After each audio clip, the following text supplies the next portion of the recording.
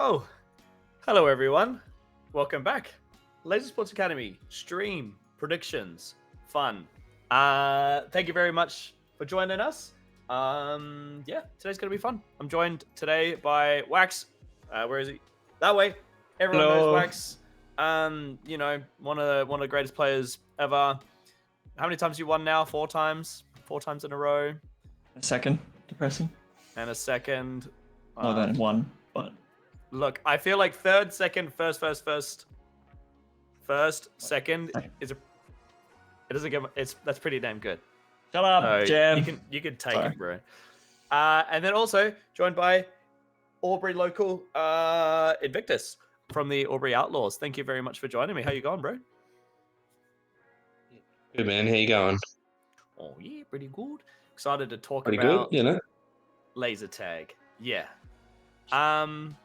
Cool. So, for those of you that maybe haven't been watched one of these streams before, the basic flow is I've got a little Google Slides I did up. Yep, super sophisticated. Wax, Invictus, and myself did our predictions for each of the teams from 14th to first place. Simple point system to then do like a final LSA official rankings for all the teams. And that's the order in which we're gonna talk about them. We'll just talk about things like what we expect them to do well, what we expect some potential weaknesses to be, maybe some standout players, and then anything else of note. Just quickly, also in the chat, let us know if anyone between the three of us is louder than the others, or if the music's too loud or quiet or whatever. Let us know. But otherwise, we'll get started. You guys ready? Yep. Sure is. Let's get right into the news. I will share my screen. Boom. Albury Pre-Nats won. Very exciting. It's gonna be cool to be back. Obviously we haven't been there since 2018. But alas, let's get right into it. The cursed cube animation, the choppy animation is back, and it's here to stay. I'm all for it. All right, our first team is going to be half-fast. So I and Wax had them. Wax and I had them predicted in 14th. Invictus had them in 13th, giving them a final placement of 14th. On the team, we have Cool Beans, Bro Dizzle, Red Devil, Oddity, and Blue Lee. So Cool Beans, Bro Dizzle, and Blue Lee, I believe, haven't played. They haven't been to a Zoltak before. At least they weren't on base stuff. So unless I just missed them, we've got three rookies, I guess, and then Red Devil and Oddity have been to a couple nights. But Red Devil hasn't competed at Zoltak since 2019.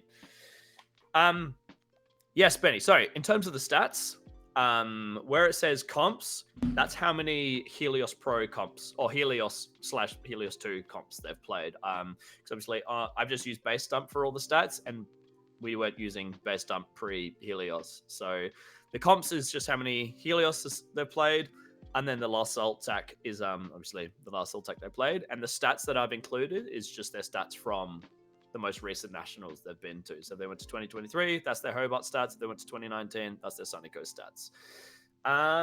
Who was talking about these guys? Was it you, Invictus? I think it was me. Take it away. Or was it? No, I think hold on. We organized this before. It is Wax. Wax, take it away. What have you got to say? Yeah, well, 3 new players. Obviously, they don't really know what they're doing yet. They haven't actually ever been. I don't think any of them have been to a comp or anything yet. So it'll be interesting to see if they are even capable. I know I play games with some of them and I hear them talk and I see like things about where they are. And I think Cool Beans I don't know exactly who's going to run this team. I think it'll either be Red Devil or Cool Beans by the looks of it, maybe. Or Cool Beans is the on paper captain. Oh, he is? Okay. I think from memory, Cool Beans does want to be a captain, so we'll see how that goes. But 100% Cool Beans, okay. But like they'll be really inexperienced. I don't think the Red Devil and Oddity will be able to help too much with that. They will just kind of have to be thrown in the deep. Cool Beans will have to be thrown in the deep end and work it out. Yeah. I think that maybe Cool Beans and Bro Dizzle, I know they're really good friends, and they'll probably go out and attack together, and then it'll just be depending if the back end can hold it out or not. Yeah, I mean, that's like we wouldn't expect a team like this with so much inexperience to be doing anything crazy. So realistically, it's probably going to be something along the lines of like a three-player defense and 2 people go out, try and get 10, try to not drop your bases, see what happens. Obviously, it's going to be hard for us to really go super deep on this team when we haven't seen 3 of them ever play before. So the fact you had any insight on these players is cool. Yeah, Invictus, are any of these players from Albury, or are these all from elsewhere? No, so Oddity, Bluely, and Cool Beans, they're from Sydney. I don't know terribly much about Brodizzle or Red Devil, but I think from the guys that I do know, being the Sydney guys, I think their biggest adjustment will have to come from playing on Nexus. They're more than capable on Helios, but I think in this new arena and their adaptation to Nexus, I think that's going to be where they're going to struggle the most. Yeah, and I think that's going to be the tale for a lot of these players, right? That are these Helios babies that have never even touched a Nexus pack before. Obviously, I think everyone was really hoping that this comp would be on Helios too, because it means that because I mean, obviously we go to these tournaments for fun, but for a lot of people, they go to the pre-nats as a pre-nationals, like to get as much training in the arena as we can. So playing on a different system, it's got to be whack. But yeah, I think a lot of these Helios babies that have never even touched the Nexus pack are gonna they're gonna go to take a jewel when they're deactivated and then get destroyed, get put through a reload, and they go, I see, I can't just do that. I have to do some crazy dodge or completely outmaneuver or like coordinate with a teammate to be able to do anything. No, that's gonna be, I think that's gonna be the X factor for a lot of these teams, is how either if they don't play Nexus, how well they adjust to it, and for the teams that do play Nexus, whether they're going to be able to be super oppressive in the arena. Yeah, I think it'll be interesting because 2 of them are loser force players, so it'll just be depending on like how they can like adapt from that. Because I know Bro Dizzle hasn't played before, but Red Devil hasn't played for a while as well. And if they can't really, I don't know exactly how it works, but if you can stand on someone on loser force or not, but if they just try and stand on people on Nexus, they're just going to die and die and die and die and die. So and if you're a new player who doesn't really know like what to do if you're just getting shut down, like they might just like start yelling at each other and get annoyed. But I do know they're friends, so they might just have it just might be bants and memes and stuff. So I don't know if there's any laser force. I like that. That's funny. Anyway, any laser force players in the chat. But my understanding is obviously they can play on Zoltak settings. They have like a Zoltak mod, which pretty well emulates like how Helios Pro would play. But on their normal formats on Laser Force, like when you get shot, I think halfway through your deact time, there's a period where you can be shot again. So you've been deactivated and get shot again. You're gonna get me mad. Don't even talk about it. Stop. I'm actually gonna start. It's pretty close. And I think on most of their formats they play like 4 shots a second or something, right? And yeah, Commander Snake's in the chat. He's saying Laser Force to Nexus is a rough transition. Right, so Bro Dizzle's gonna suck ass then. All right, fair enough.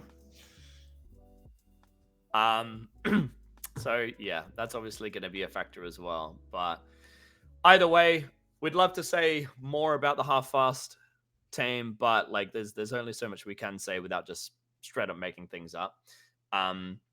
So do either of you have like a player that you're looking to be a big standout for this team? I think Finn in the chat has been going crazy about Cool Beans and saying he's the man. So there's a shout out there for Mr. Cool Beans. You guys got any picks? I think from what I know, like Cool Beans isn't the man in laser tag. He's a really nice guy out of laser tag, so maybe that's what's happening. But Bro Dizzle, I like. I'm gonna talk shit about him, and then I'm gonna tell him he's good. Like I'm in the WA like group for laser tag, and he always has good stats. So like, and Simi has said good things about him before, so he could go crazy, but he also could just have mad ego and just get shut down. So we'll see. We'll have to wait and see. And like again, like the transition from Laser Force to Zone Equipment, let alone Laser Force to Nexus, is going to be it's a tall task, but that's going to be the big X factor. This team definitely could go up like three spots if they like work it out, but they could also be last. So yeah. I think I think I'm on the Cool Beans train. I think it really depends on what this team want to get out of pre-nats, whether they just want to keep it as a training for nationals, whether they just want to have a bit of a muck around. But if Cool Beans wants to step up and, have a go at captaining, it's a really good opportunity to play with a couple of players that he doesn't regularly play with, like WA guys. So, yeah, I think, cool. It'll be interesting to see how he handles it. Yeah, 100%. And I think that's like one of the best things about these pre-nats, right? Is it's an opportunity to play with people from different states. Like each state has like a pretty different way of thinking about the game, like how they structure their teams, maybe how they talk about the game and stuff.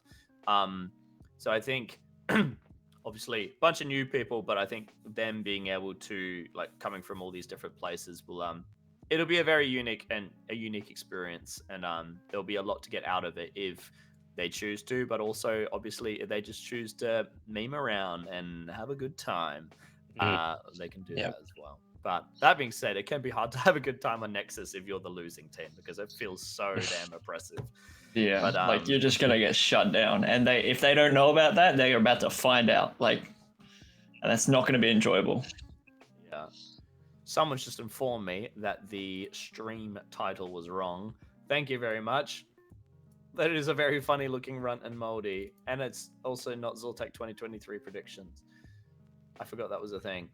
Bear with me. I will scroll us to the next team. And then I will fix that promptly. Anything else on Half Fast before we move on? No. Cool beans. Well, yeah, best of luck to those guys. Looking forward to meeting some newbies. On to our 13th place team. Cursed animation. Awesome. So bad. We have Spare Parts. So I had them in 12th. Wax had them 13th. Invictus had them 14th, which gave them a final of 13th. We had Trav, Messiah, Flick, Shurikitty, and Ness. And I believe Invictus is going to be taking that one away. I am here and listening. I'm just fixing the title thing. Thank you, whoever that was that told me. Anyway, take us away, Invictus. Yeah, so this is another one of those interesting, really spread across teams. You got Trav there from Code Red, and Ness is also a local Albury League player. I don't think she's competed in any pre-nats or anything, so this will be her first, proper competitive, kind of competition. I had them in 14th. I think that I'm not sure how well this team will work together. Flick and Shurikitty had, pretty solid games back in Hobart, I believe. Regarding this team, I think, again, it just depends who takes the lead with this one. I would assume there'd be Trav captaining this one. I'm not sure if he's had terribly much experience with captaining a team, and whether or not his time spent with Spider, for instance, at Code Red, whether Spider's taught him anything about captaining. But I think all across the ballpark, I think, it's a pretty. How do I explain it? Sorry, guys. You're good. Yeah. No. I think I'm not expecting miracles out of this team. I think it'll be very similar to the previous team. It'll be very simple strats to start with, and then maybe towards the end of the comp, they'll start doing something crazy. It really just depends how they play this and take to this new arena. Yeah, I think it will be interesting. Like, Messiah's back, and I thought he was better than he was by looking at his stats. He was just like an average player. He was like, okay.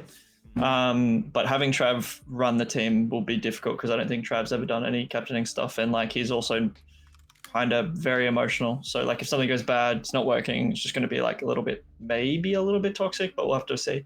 I think if Shurikitty can attack with Trav and she's very calm and like chill, and she just will kill 5 and just be like, get in, come on, go. And then he can do his thing and walk in there, and then like they could they could make some things work, but I think this team's going to struggle a lot with like just everything. If they have fun, maybe they can at least hold it together. But I think if Trav starts getting worked up, nothing's working, no one's really. I think like Flick's not going to take over. Shirokitty's a bit shy. Unless Messiah steps up and starts captaining, like I think it's going to be. I don't know who Ness is, but it could just be one of those things where everyone's kind of like, oh, we don't know what to do. Like nothing's working. Like everyone's kind of like Everyone just throws their shit in the hands bed, up. and they're like, oh no. But they like they could do better if it works and they're having fun. Like that's all it takes. Like and like Hobart had Nexus not that long ago. Shirokitty could be like even better on fucking Nexus. Like and Flick could be better on Nexus. Like Ness is a home player. She could tell them a couple things that like where to sit, on how to play, how it feels. But yeah, it'll just be interesting to see like having if Trav is the captain, how that goes. If Messiah comes back from not playing for a bit and can still play well, because I don't think he's been playing much, has he, Invictus? No, I don't think so. I don't believe so. There's been a few shifts and change around that, but I think I agree with you on that, Wax. I think cohesion's going to be the big summit for this team, getting over. If they can get that under control, yeah, I can see them moving up maybe one or two places. Yeah, I think I'm actually pretty keen to see how Shirokitty does. I have a feeling, and playing at the lower end of the tournament, because obviously we've seen the last 2 years she's been a very, very strong part of that Hobart Archangels team. And she could correct me if I'm wrong, but I'm pretty sure she's been playing more Nexus than she has any other system. So if she was pretty good sure on, that's like, right.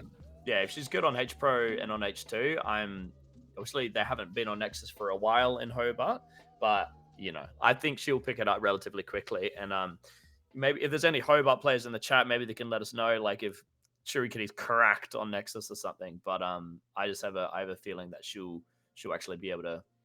I don't see her leading the game, but like really be a player in the arena at this lower tier that has like a big presence, I guess.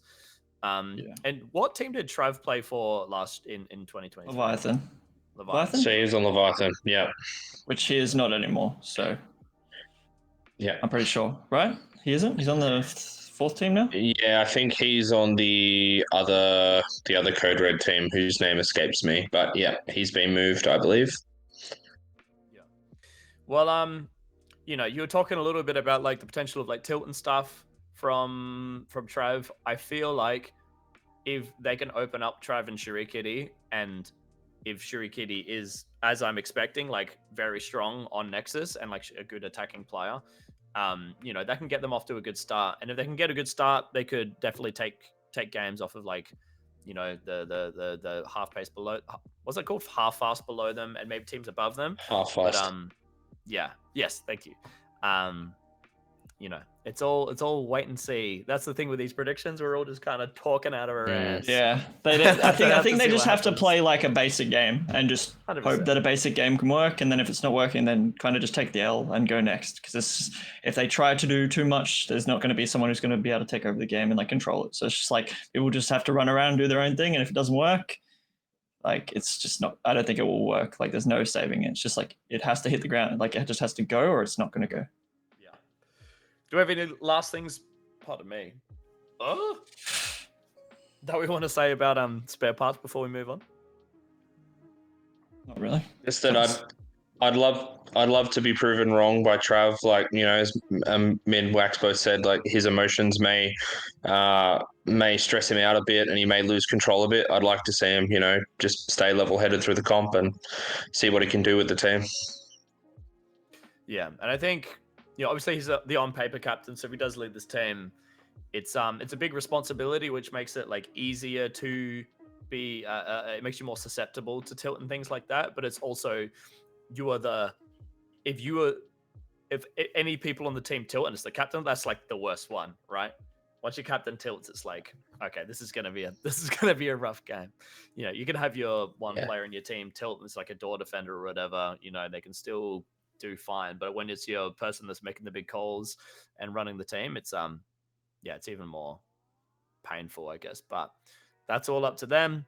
We'll see what happens. Best of luck to the spare parts team.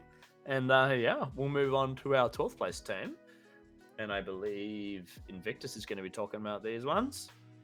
We have Please fix Heretics. this. It's so bad. I'm not fixing it. It's You so have good. to. It's terrible. So good. It's charming. Hey, that's what I was going for. Anyway, on this team we have Skyros, Todd, Taco, Frosty, Pendragon, and Vassity. So I had them in 13th, Wax had them in 12th, Invictus had them in 11th, which gave them overall of 12. I think this is very common with the predictions where like we had them like our predictions like one position apart. That happened very often. These bottom teams, like I think the whole pre-nats everything could be weird. Yeah. Like there's definitely like a top and bottom, but the top could be anything, and then back end could be anything as well. 100%. So yeah, Invictus, why don't you tell us about this team? So a lot of people probably wouldn't recognize these names, but if we look at Skyros, Todd, and Vassity, their last Nats was 2018, and I believe Skyros and Todd were on Albury Strikers, and Vassity might have been on a Code Red team, if I'm not mistaken. But I'll let you talk about that for a moment. Yeah, that's right. So Vassity, he was on a Code Red team, and Skyros and Todd both on Strikers. Vassity's recently moved down to Albury from Sydney, Sirical's brother. Okay. But yeah, so this team's close to heart. 11th. I think this team is going to surprise a lot of people. Both Skyros and Todd have come a massive long way since 2018. They have a much better understanding of the game, how it works, what to do when certain things happen in the game. So I think they're going to be the real leaders of the pack. Vassity's been struggling a little bit with the transition over to Nexus in regards to timing and brawling. He's still very much playing that Helios timing, but as the weeks roll on, he's getting better slowly. There was a last-minute change to this team, I believe. So Pendragon, Adelaide player, he's coming over to sub in for that team. Taco and Frosty, relatively new players. I think Sadlamp said in the chat just then that Frosty has pulled out last minute as well. Well then, yeah. So, we can take away Frosty from that. But yeah, as I was saying, I think this team will surprise a lot of people. Even though it is a home team, and it's formed as just a fun team, they're not really looking to be overly competitive. I think that's where a lot of people are going to underestimate them. I think they can pull some really great stuff out of the hat, and they shouldn't be taken lightly. I think, I think when you have those teams that are just kind of there for a good time, obviously the how competitive they're gonna be is always going to be in question. But I think there is something to be said about when you just go on a team, you don't care what result you get, you just want to have a good time. Those are often some of the times where you can get teams and players that just like play surprisingly well, right? It's just like because you're in that good mental state, you're having a good time, not getting tilted and stuff because you like I don't really care what I come. Yeah. That I could definitely see the Heretics, especially with the being the home site players, taking a few scalps from teams a few positions above them, especially earlier on in the comp. I think we'll find once we get past this lower third, I would say, of the teams, the caliber of players on the teams after that is like pretty crazy. So I think it's going to be hard to take games off of those teams. But yeah. We'll have to wait and see. But yes, Pendragon filled in for, I believe Fizz was also supposed to be on this team. Fizz played in 2018, subbed in for the Adelaide Immortals, or Adelaide Mortals, I call them, because they all died. That's why they needed a fill in. Yeah. That was crazy. But anyway, Pendragon's filling in. And Pendragon is a Nexus native, so I would expect them, especially on being on this lower end of the tournament, to actually do surprisingly well. Obviously, the stats from 2023 aren't like crazy, not very good. I could definitely see them going quite a bit above those stats on a Nexus comp, playing at this slightly lower end of the tournament. But yeah, good on Pendragon for filling in. Wax, have you got any tidbits you'd like to add to Not really. I'm just Heretics kind of team? looking at stats. Like 2018, like most of the stats are like pretty. Like the three of the players with stats, their stats are pretty close to even. Like if they've improved at all from 2018, home maze, bunch of players haven't played Nexus in yonks, so they should, if they can just play evenly, they could go up a little bit. They definitely can beat the back two teams if their captain knows how to run the game. I don't know most of these players, though. I don't remember anyone except for Pendragon. So I just think looking at the stats, like if they have improved at all since 2018, like they should be sweet. Yeah, I think they're definitely. I probably, if I was to do it again, I would put them in 12th instead of 13th. I think they're definitely clear of the two teams below them for sure. But it's laser tag. It's pretty chaotic sometimes. Anything could happen, and that's kind of up to these guys, right? Yeah, Invictus. You know these guys a little bit better than everyone else. Do you have a pick for a player that you expect to kind of surprise everyone? Yeah, I'm going to warn everyone to not underestimate Todd. He has this uncanny ability to hit phases on Nexus, not even looking. It doesn't matter where you are, where you stand, seems to just shoot you. It doesn't matter. So, and depending on whether he feels like it or not, I think he's going to give everyone a hard time. So I think, yeah, everyone needs to keep an eye on Todd. Yeah, watch out. I'll also shout out Pendragon. She's been training like very regularly. And yeah, seems very dedicated. You know, put it in the time, put it in the effort, wants to get good. And yeah, I'm excited to see how they do on a Nexus tournament. Their first Nexus tournament outside of home, like outside of Adelaide. Obviously, pretty much every tournament you go to nowadays is going to be on Helios Pro, Helios 2, right? So I think it's going to be a cool experience for them to go to a tournament on Nexus outside of their own state.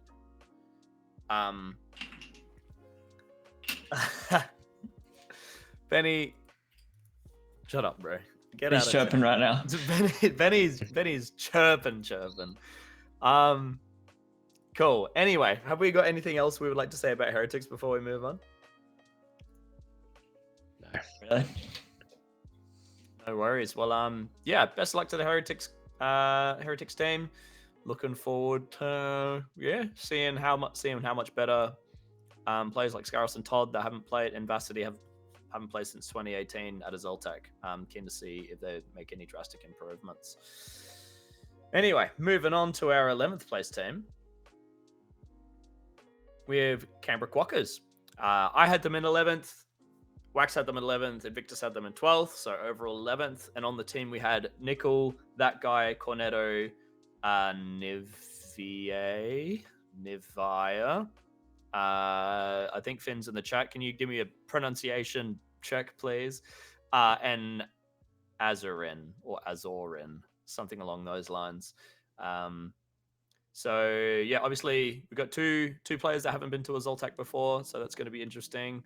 But who's talking about? Oh, I'm talking about them. Crazy. Cool. Finn said Nivea. Okay, cool. Thanks everyone. I don't want to embarrass myself saying it wrong forever. Yeah, obviously Nickel, like it says Nickel's only played 4 comps. Just a reminder, that's how many Helios comps they've played. Nickel's been around for quite a long time. He's getting old, so he's been around the block. And he's played Nexus tournaments as well. I'm pretty sure maybe Finn can verify for me, but was he on one of the teams that made it to finals in 2013? Because there was the two. I think Canberra Falcons won, and then Canberra Dragons came second back in 2013 at the Canberra Nats, and that was a Nexus comp as well. So yeah, don't let the 4 comps fool you. Nickel's been around for a bit. He hasn't been playing much recently, but he's started to make a comeback. And if you haven't watched it already, there's a podcast with Nickel where we talk about the future of state-based competitions. Very good chat. Always good to have a yarn with that guy. So give that a check out. Anyway, shameless plug over. That guy has been a guy that has been playing a lot. Played for a while. Yeah, and again, same thing. I'm pretty sure that guy has played pre the Helios era as well. So don't let the 7 cops fool you. I'm pretty sure he's one of a bunch of the Canberra guys missed 2020 because Nufa had a wedding. So he probably would be on 8 if that wasn't the case. But yeah, he's consistently on this like the Canberra B team or whatever, and he's always just one of the standout players for them in terms of getting pack and bases and stuff. So if I was to hazard a guess on how this is gonna run, maybe Finn can correct me in the chat, but I would say Nickel's going to be captaining for sure. And I would see Nickel and potentially their strongest opening would be Nickel and that guy going out. That's what they did in 2023. Get a bunch of bases early. But the big question is going to be, once they get those initial bases, are they going to be able to get the bottom half of their team, their bases as well? Now, Victus, I'll ask you now, based on your experience playing the Albury Arena, obviously there's been a few changes recently, but has it typically been a high base arena, like everyone's getting close to 30, like 10 bases every game, or is it more on the lower end? Because that could be a big factor on how well this team does, I think. Well, just the practice and the training that we've had one league session with them. It played pretty crazy. So there are bases going down. There's been a few games where teams have been able to get 10, but there's basically been denial central. The bases are so much more open, and it requires a lot more teamwork to break and hold to take, depending on your play strategy. But yeah, like it just really depends how these guys play it. I think, yeah, if Nickel and that guy, as you said, just go out, hoik a couple of bases if they can and try and cycle their team through, it could work for them. But I think it's a very similar maze to Hobart, is it's going to be a very high, fast pace. So whether or not these guys can keep up with that, we'll see. Yeah, I feel like denial heavy arenas are particularly punishing of newer players, right? Because like the moment you put a shot on a base is instantly like the most stressful part of like any game, because there's so much at risk. You know, if you get 2 shot, you've lost 1,000. They got 500 points bonus plus the 150 for tagging you. You lost 40. That's like it's a pretty significant swing. Or you just let it happen. You get denied a lot and have like a 2.5% denial rate. That is a good strategy. All about that. You know all about that. It's a good strat, I'm telling you. Only at pre-Nats though. You do it at Nats is bad. Yeah. I mean, as long as you make up for it, right? It's okay. Yeah, exactly. Yeah, you just need to tag a lot more people to make up for it. But yeah, I see. Hearing it's like denial heavy, I could see this team actually potentially dropping a couple spots, just because they've got those newer players. I'm sure they're the best, they're super good or whatever. But yeah, as soon as you put shots on a base, it's the most stressful time, and that's when you make the most mistakes.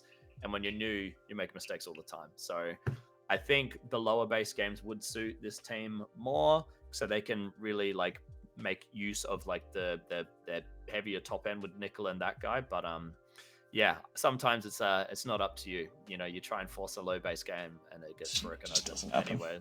So how many people dump now? Everyone's obsessed with it.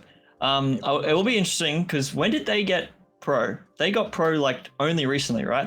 Before that they had Nexus for ages. The Canberra guys, I think Canberra's had pro for a pretty long time now. I would say like. Oh really? Finn can probably let us know, but I would say like 2018. Oh, I thought it was like 2021 or something. Okay, well that changes exactly what I was gonna say. They've had pro since 2016. What? Okay, all right. Yeah. I'm not gonna say what I was gonna say then. It will be interesting to see because this is a team that can definitely like just drop to the bottom. They like a couple of these players just got the wooden spoon at Nats, didn't they?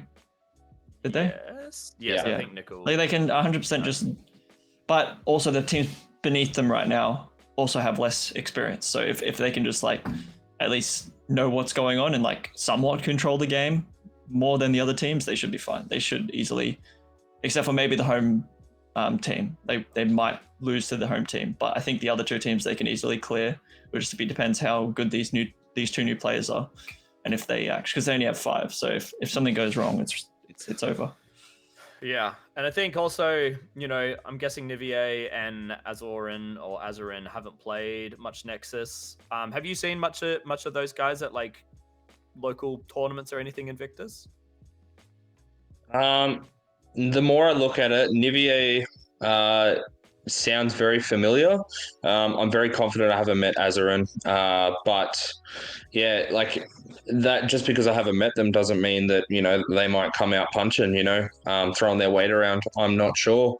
Yeah, I think this team, like with this team, it's going to be very dependent on how those two both play. Um, both with no stats, and I don't think either of us really know any of them. So yeah. Yeah, I think Nexus in particular is pretty punishing for newer players, especially if they've come from Helios Pro. So Yeah.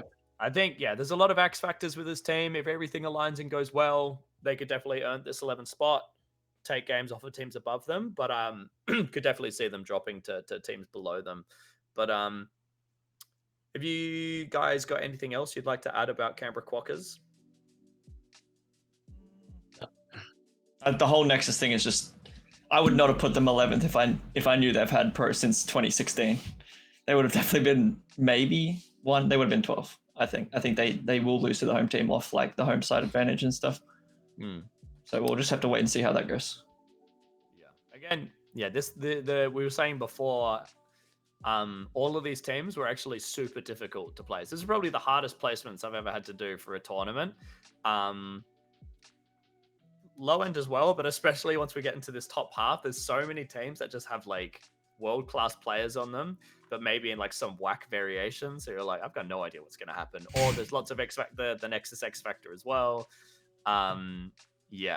This Pre-Nats was actually, I sat there thinking about the predictions the longest I've done for any of the other predictions, including Zoltek. So, we had a stroke while doing it. I started freaking out while doing it because I didn't realize how hard it would be. 100%. But anyway, if we don't have anything else to add about Canberra Quackers, we'll move on. But best of luck to them. We'll see what you got cooking. Next we have Leviathan predicted in 10th place. So this was one of only two teams, I think, where we were all unanimous in our prediction of 10th place. So on the team we have Nightmare Rose, Princess, Tuscan, Dart, and Yazbekistan. So if I'm not mistaken, that's pretty much the exact roster from 2023. Dart was on Sabres, I believe. And Yazbek was on the other team? Was on Leviathan. Was he? Oh, he was. Yeah. Okay. Yeah. I misremember. And then I think Sirical is not only on this team, but he's missing, and someone else is missing, but I can't place. Also, Princess was on Rampage as well, wasn't he? Yeah. 2023. Yeah, he was. Yeah. Right, so there's a bit of shuffling going on here, but who's talking about Leviathan? Invictus, take it away. What do you think they're going to do well? Well, they've had a lot, like with the qualifiers, not as much as experience in the maze as probably some of the other players. But this team, even though it's gone through a few changes with a few players, I think it's still a very formidable team, even for a team that we've predicted to come 10th. Nightmare Rose and Princess, both great players. They've got the experience there. Tuscan has improved massively. 4 comps on, Helios. He's an up-and-coming player.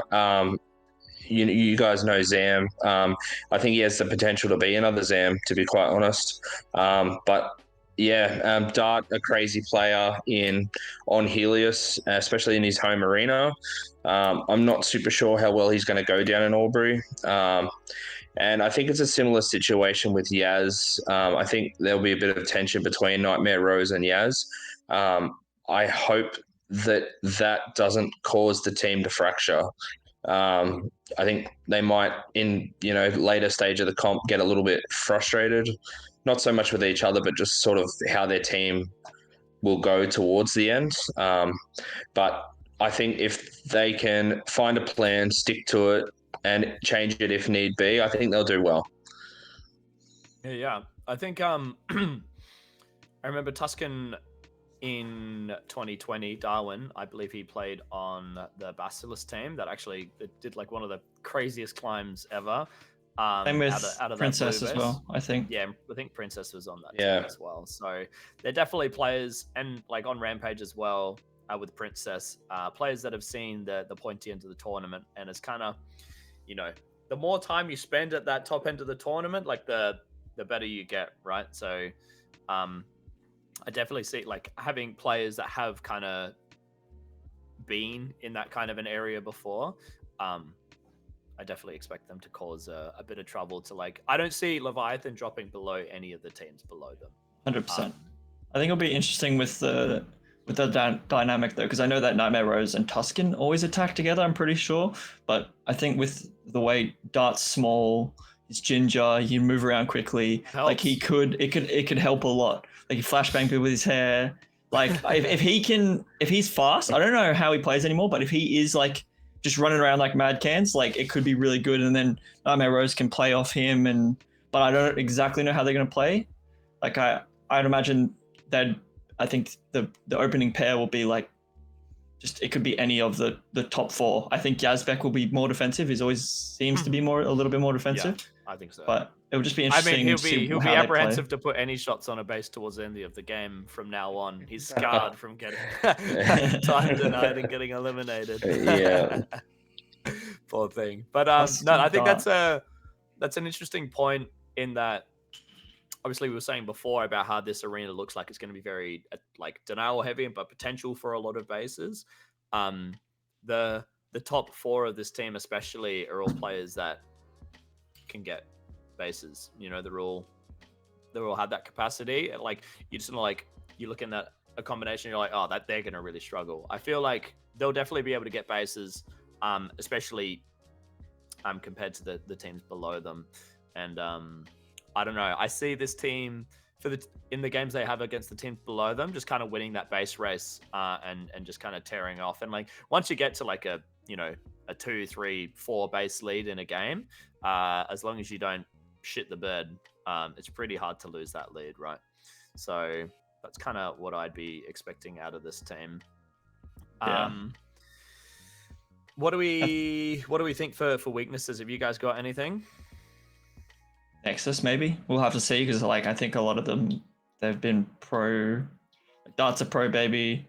Yeah. Princess probably hasn't played. Tuscan hasn't played Nexus in a while. Maybe Nightmare Rose as well. Like I just think it'll just be a Nexus thing.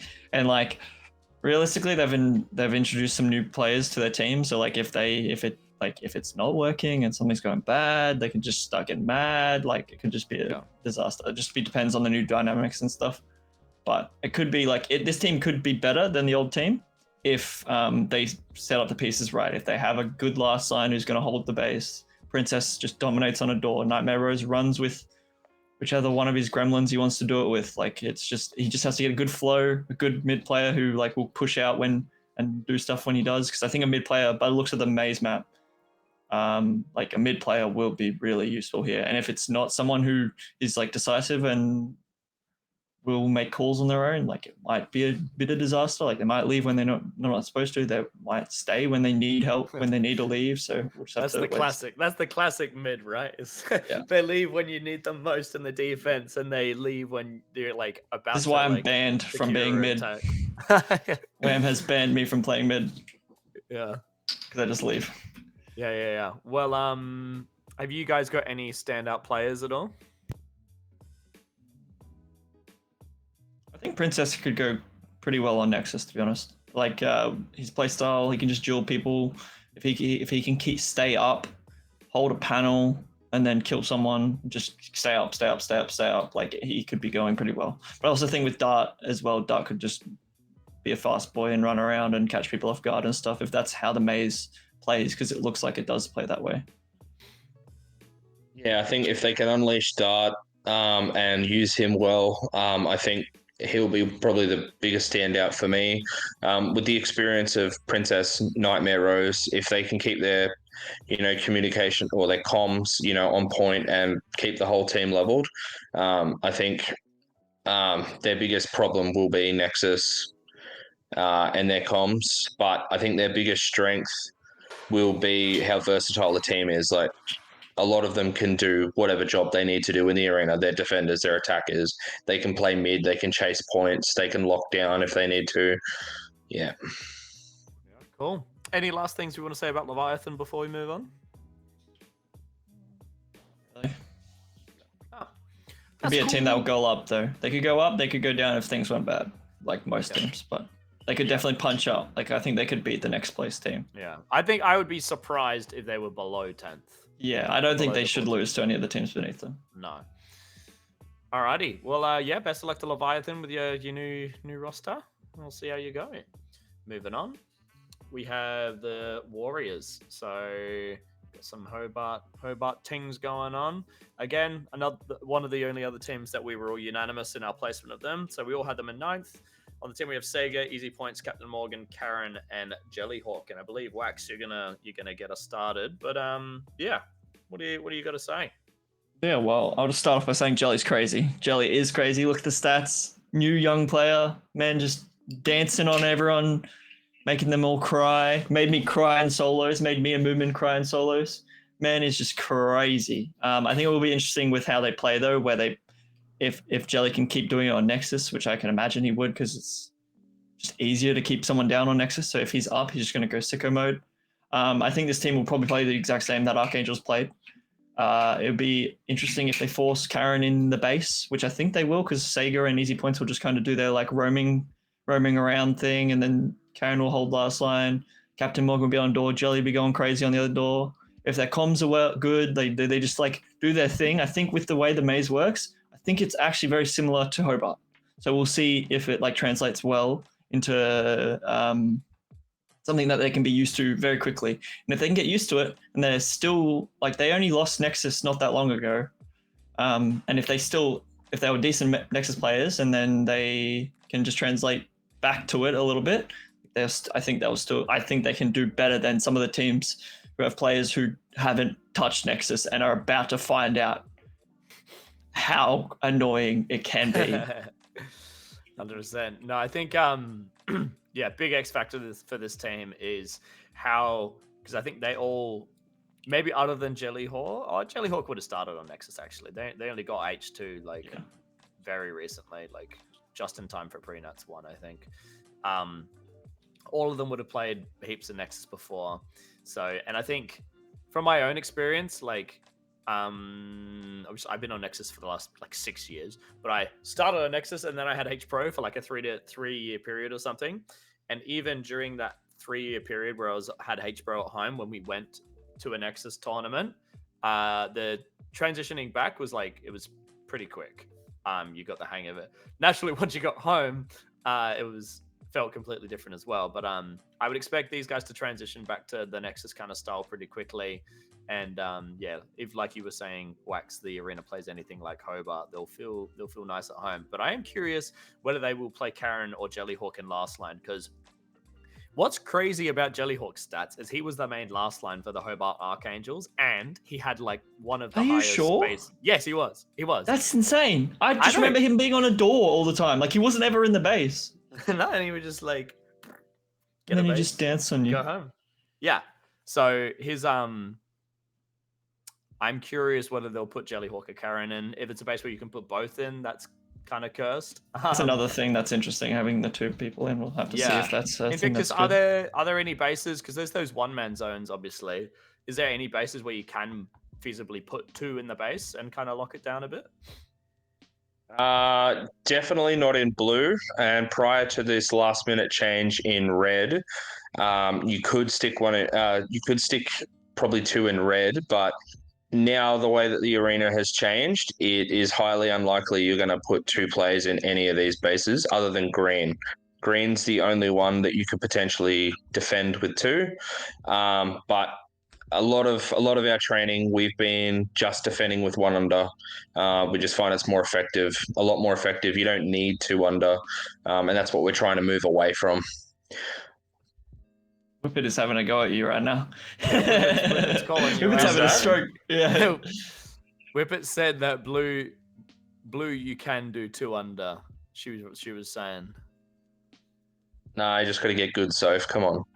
You don't need to. I understand. The last Anyway, line god. Come on.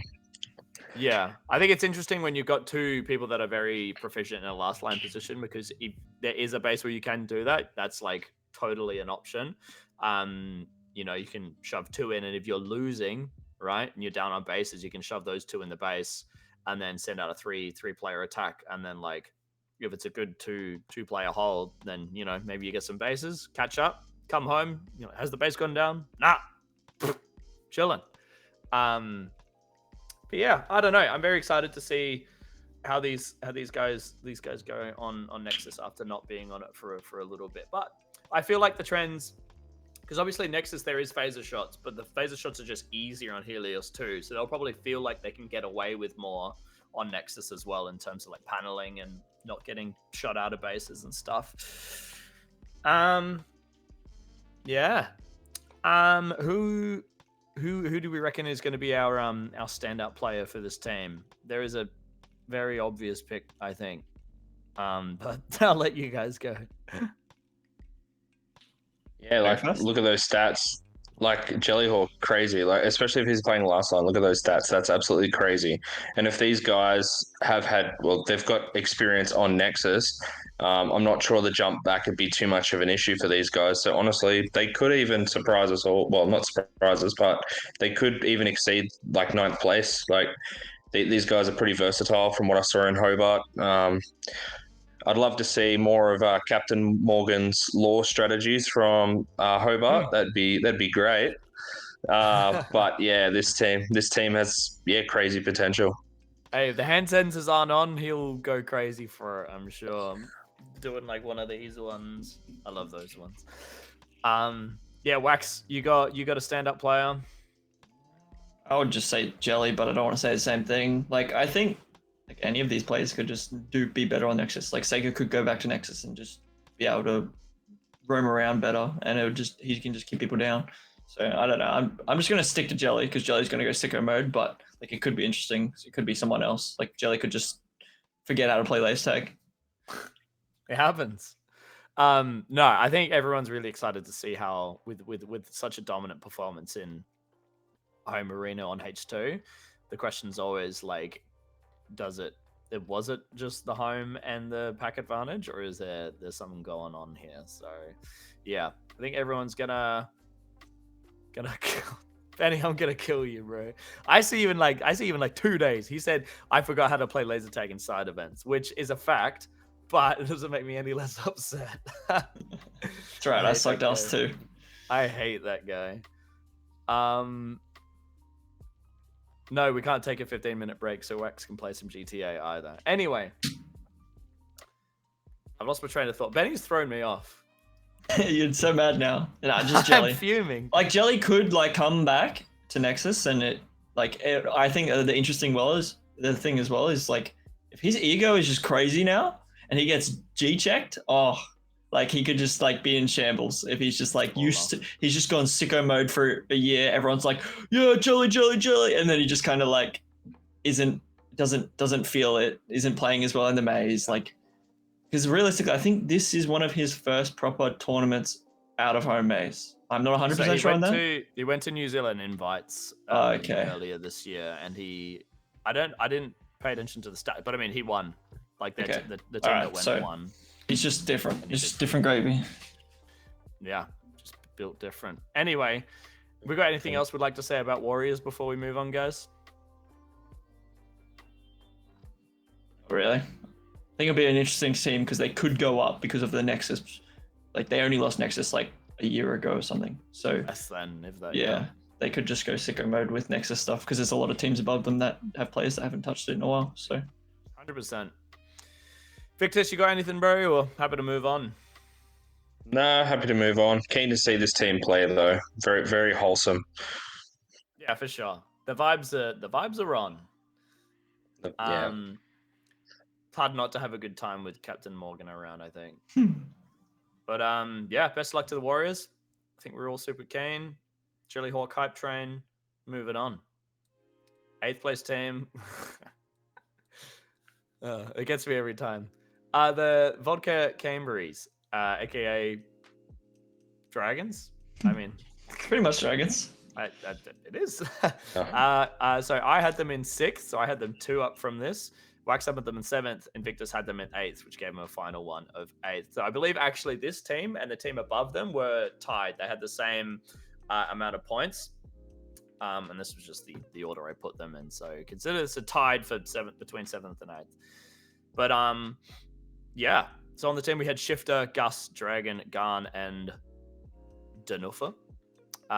Making a bit of a comeback. Who's talking about them? Me. Oh my goodness. Cool. So yeah, I think the reason I had this team a couple positions up is particularly with Gus and Noffa. I think their play style of just being like pretty like brawly aggressive and a bit in your face is way more effective on Nexus than it is on other systems, especially, or just more importantly, without trigger lockout, right? When you got trigger lockout, it's really hard to, activate anywhere near these guys. And then also they're not small people, right? And so when they come up to you to take a duel, their dodging abilities are actually, they're going to be, that's a big part of Nexus, is like, if you want to activate on a door next to someone that's active, you better have some pretty sick dodge going on, because otherwise they're just going to time you and you're going to get black packed. These guys have played a lot of Nexus in their time. I'm pretty sure Gus and Nuffa were on the Canberra team that won back in 2013, which was the Nexus, one of the last Nexus nationals other than New Zealand. So the reason I had them so high is I fully expect Gus and Nuffa to kind of, be they're going to be the players that when you are around them in the arena, they just have like a presence that's almost palpable. Obviously the Canberra guys have developed a reputation of being pretty dump heavy. I warrant that there's definitely like variation to it. It's not just like straight dumps from 0. There's like more to it than that, and I'm sure Finn will let us know in the chat.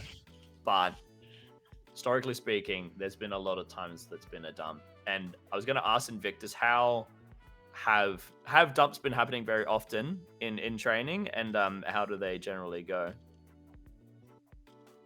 There's been 1 or 2 dumps, and it's very 50-50. So some dumps, if executed well, quickly, and organized, it's good. Like, especially if you can get into those bases and lock it down. It's hard. Like, with how open it is, you can have 2 or 3 players outside, just locking the doors down, and you just rotate through. This could pay off if Canberra's rather decide to play or go down that alley. It could work out really well for them. Like, I know Gus and Nuffa, they're just beasts on Nexus, especially with Canberra having, predominantly Nexus players. But yeah, it's going to be interesting to see what they choose to do, whether they choose to surprise us all and dump the dumps and play a more structured game. You screwed up. You're supposed to be like, dumping sucks. No one should dump. Dumping's so bad in this maze. Never do it. It's bad. Hey, look, I'd love to. I hate dumping. Absolutely hate it. No one dump. Just don't dump. Just don't do it. It's terrible. I've already played in the maze. I know. I am so good at running games. Wax is actually there now. I'm here. This is all good. Yeah. It will be interesting though, because like there is some things that I know that they did at Hobart. Like a lot of the times they had this strat where they would leave with 4 but leave Shifter in the base, and they would go crazy and they'd catch people off guard. And I think with some of the bases, like there's some weird spots in red, like there's the weird little box. If you can hide in the box and no one knows you're there, they could get a 2-shot deny. They could catch people off guard. The maze is small. If the 4-man pushes are good, like, and you can overwhelm, get a base, reset, Shifter's denied one person, boom, game's open. Like you've taken control of everything again. You've got a base, you've denied someone, you reset. Like Nexus just helps them a lot. I think like Dragons in this year, I don't know 100% if it was an issue, but I think having Nuffa on the team as well helps their attack even more. And if they want to play into that 4-man, if they want to play into doing like dumping stuff, they can, but they don't have to because I think they're just going to be better. Like this is a team that could be way higher. Like they could be in finals 100%. I think if they get it all going.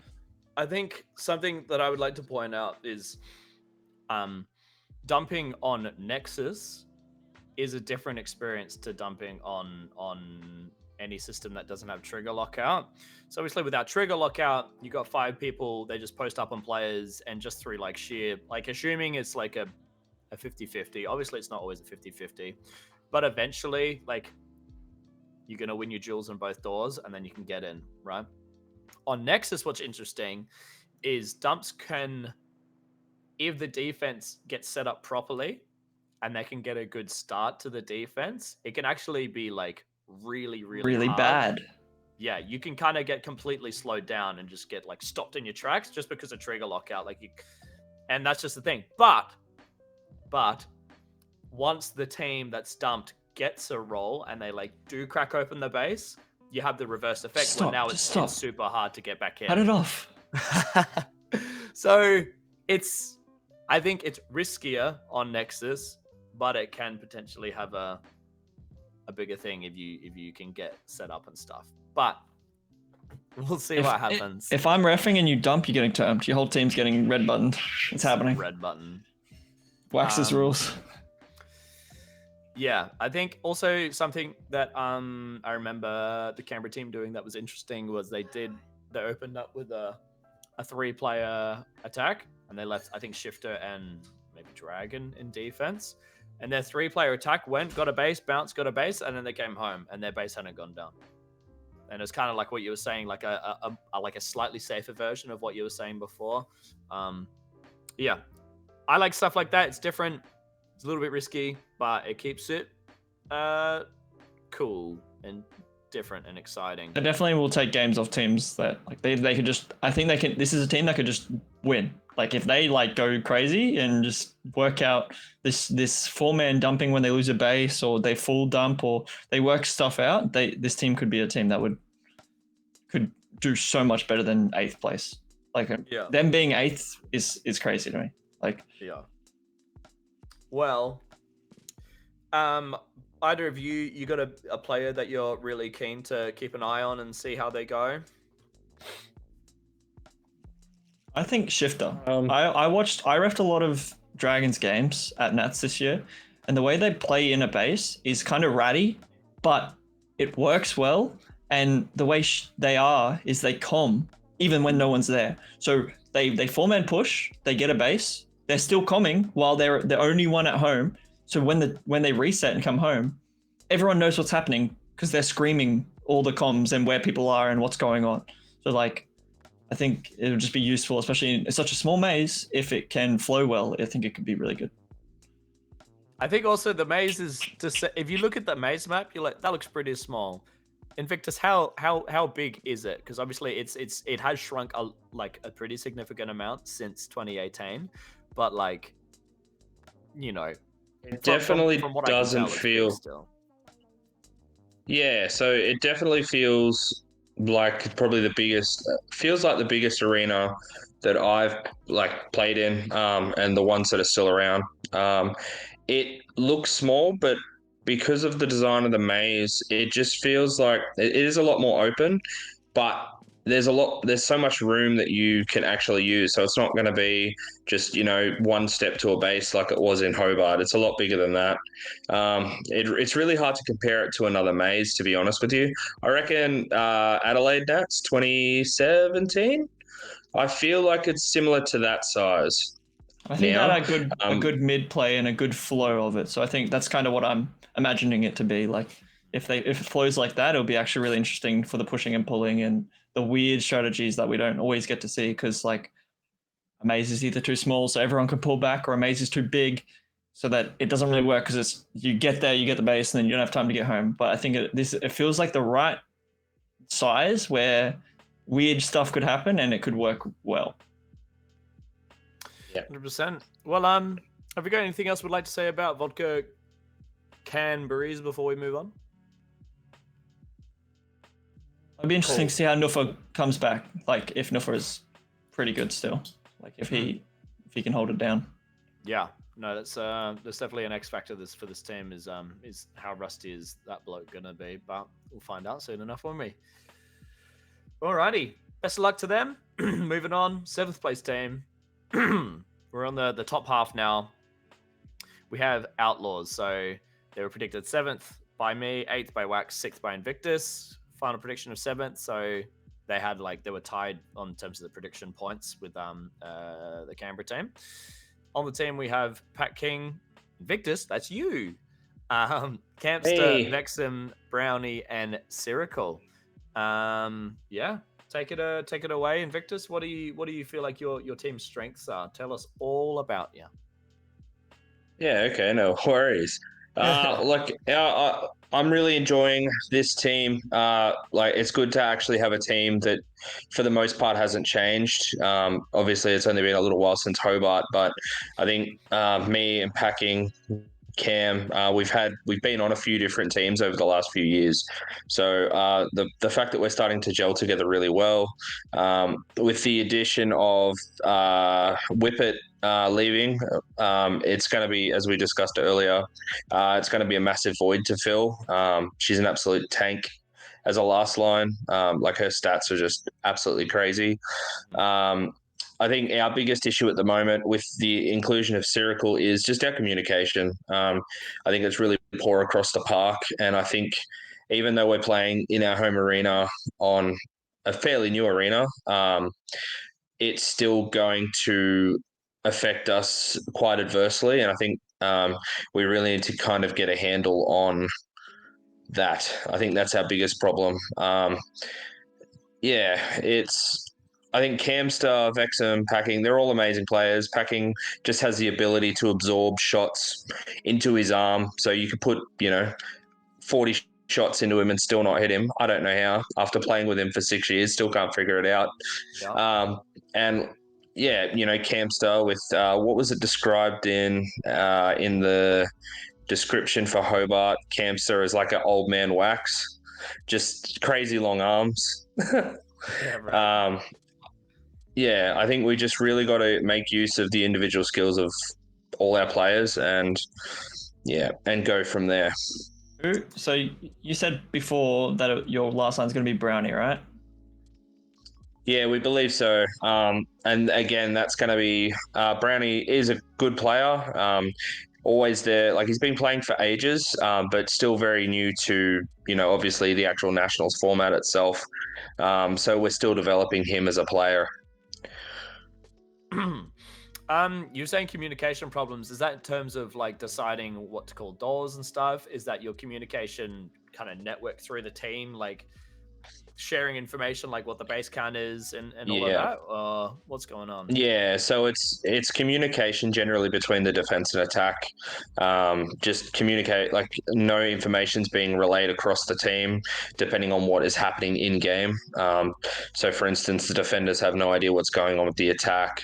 The attackers seem to lose themselves, and it's basically a case of too many Chiefs, not enough Indians. Right. And I think, yeah. Is It's really going to hurt. Is it like your initial attackers going out and they're kind of staying out for a while and struggling, and then there's a breakdown of communication, or like people swapping in and out and the things just aren't being conveyed? Yeah, so it's a bit of both, honestly. Like some of our attackers they'll finish their bases or whatever, but they kind of just get caught up in whatever the hell they're doing, basically. Something else. I'm not historically a defensive player. Like I'm more of a base breaker. Like I like running through doors, taking my bases, and then coming home. So I'm still also kind of practicing my defense. But yeah, I think it's just the communication between the attack, the defense, the swap outs, even just simple base communications. Like we have really been practicing the basics, going back to setting a foundation, and then we can move from there. And it's going to be, we're still getting a foothold of what our five or our main five is going to look like. Yeah. Obviously, there's going to be a few swap outs. Us playing with six, especially Pre-Nats with six, is going to be interesting. Though Vexum, I believe, is only playing till 9 o'clock. Okay. And then he'll be leaving. So it'll be back to our other five. I think because Laser Sports Academy is all about teaching and stuff. So my thoughts on the when you have communication struggling between attack and defense, my thoughts has always been, when you have someone come home from attack, there's two bits of information that need to be conveyed. One, if you're the attacker coming home, you say what bases you have, right? So your team knows, oh, he's got this base, or oh, he's got both. We've got a good start, or oh, he's got none. Okay, things are getting rough. And then the defense should immediately tell people when they rock up what the base count is. That's like a minimum, right? Base count from the defense, what bases you have as an attacker when you come home. And if you just do that every single time you swap over, very quickly you develop kind of a way of updating information around your team, like pretty quickly, right? And then, when you have a defender swap out from defense to attack, the first thing they should say to the captain or the lead attacker when they see them is what the base count is as well. I think if you can nail that and you make it like you don't mess that up ever, then, you're chilling. And then you can add other bits of information you want to add. But yeah, that's the main point where like information gets conveyed, is when you have someone swap from attack to defense. And just making sure you say something every single time.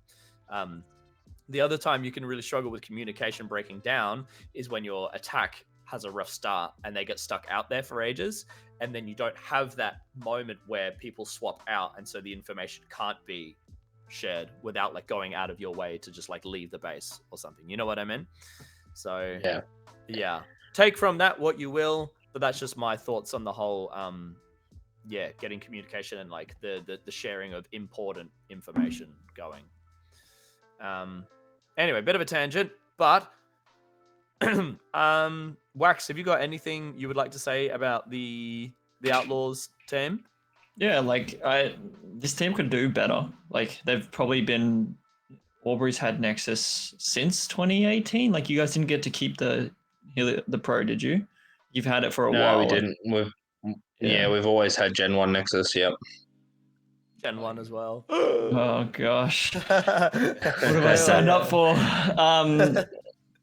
Like you guys are gonna have the most experience on the packs. You don't have much maze time, but the maze is still the same size, so you kind of know the flow and how it's gonna go, and you have more experience. Like if you guys can work out those communication issues, like your last line, if Brownie like can feel comfortable, like it could go well. Campstar's like also crazy. Like if he just played with more confidence, like he would be better. He just seems like such a nice guy. He's just like lets people shoot him sometimes. But if he was just more of an asshole and just like went sicko mode, like he could be a lot better. I think if you guys work out how to attack, I think your defense will go pretty well, especially at home. Like you will understand how it plays and like what the good spots in that is. I just think like if you guys can get the flow of attack going, get your mid player playing well, like you guys could go well. I don't know if you guys are emotional or not, but if there was like an emotional thing going on where like things aren't working and people start biting at each other,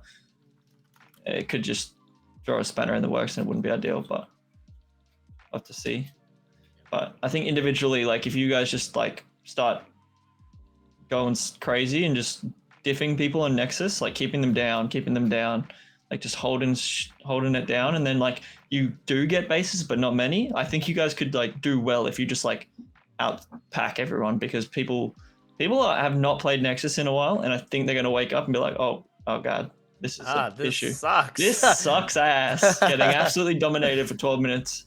Yeah, I fully expect you guys, especially early on, to you could be as high as like fourth, fifth place for sure. I think earlier on in the tournament, just when like that, all these players haven't played Nexus for years and years come back and they just get absolutely slapped around. And then, like you said, like players like yourself and Pat King and Campster are going to feel pretty oppressive on Nexus, I think. Pat King's hard to shoot in general, let alone when he has like a significant advantage on you in the duel if he's activated, right? So yes, not keen. Yeah, it's not going to be fun.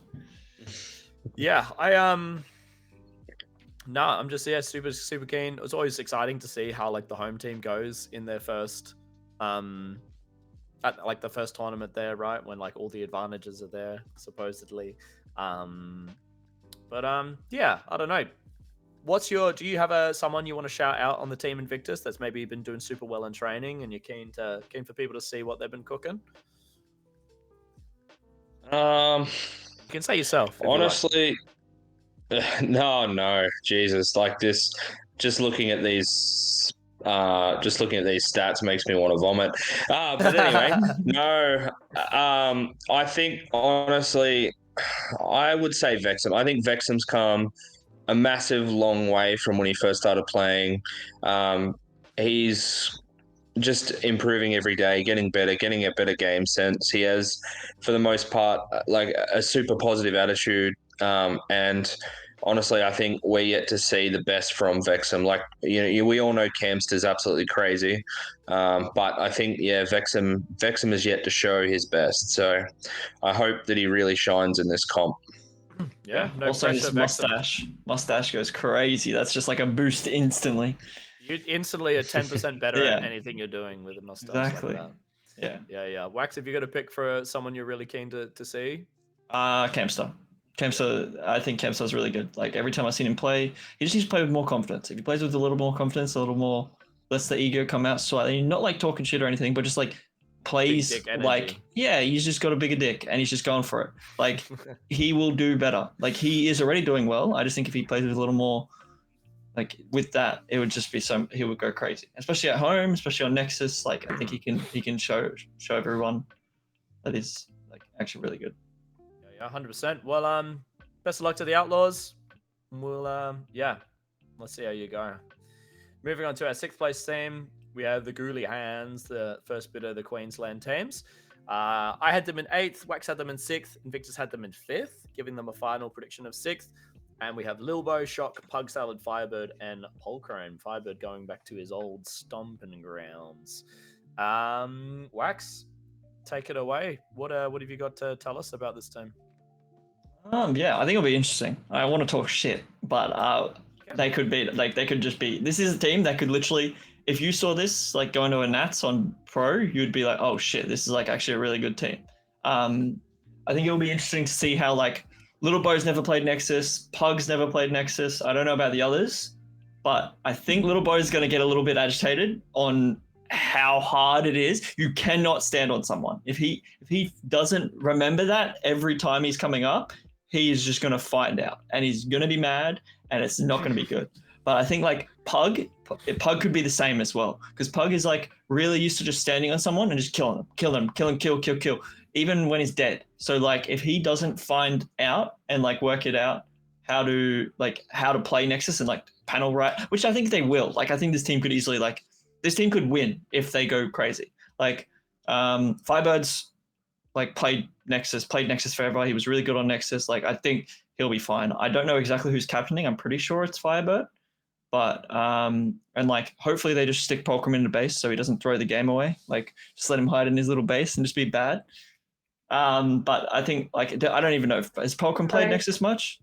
I think if Polcrum has played like enough Nexus to feel comfortable, I think he could do it pretty well, but we'll have to wait and see. I think this is a good team because like it's a team that there's like, I know Shock can last line, Little Bo can last line, Pug can last line, Polcrum can last. So this is a team that I could just see like gets 2, get him the base, gets 2, get in the base, and then they just have 5 people scoring points, and it could go really well. Or they're about to find out that Nexus is not easy, and they're about to cry about it, like one or the other. So we'll have to wait and see.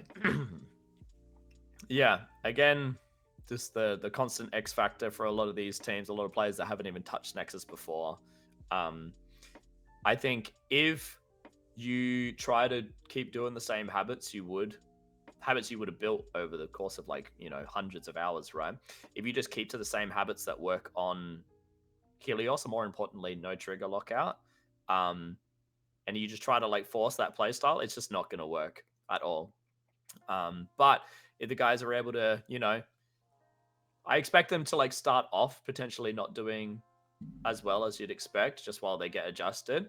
But And then the X factor will be like if they do make the changes, like okay, like I can't just like activate next to someone. I have to outmaneuver them. I have to get like a cross shot set up with a teammate. I have to like develop my dodging a bit. Make up some dodges on the spot if you don't already have some. Yeah, that's going to be the big X factor for this team. And Invictus had them as high as 5th. I could definitely see that happening. I think they would struggle. The top 4 teams are like they're pretty good. They're pretty and like all like Nexus kind of like with a lot of Nexus experience as well for the most part. Yeah, I don't know. It's always super exciting seeing like young guns that have only played one system playing on a new system. It's kind of like it shows the people that are able to adjust and the people that are not so much, I guess. Invictus, have you got anything you would like to say in general?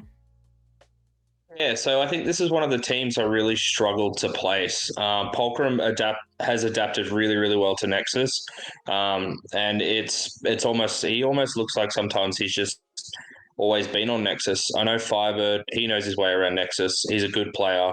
He's a good understanding of the game. As for the other 3 guys, like watching them play in Hobart, watching some of their games,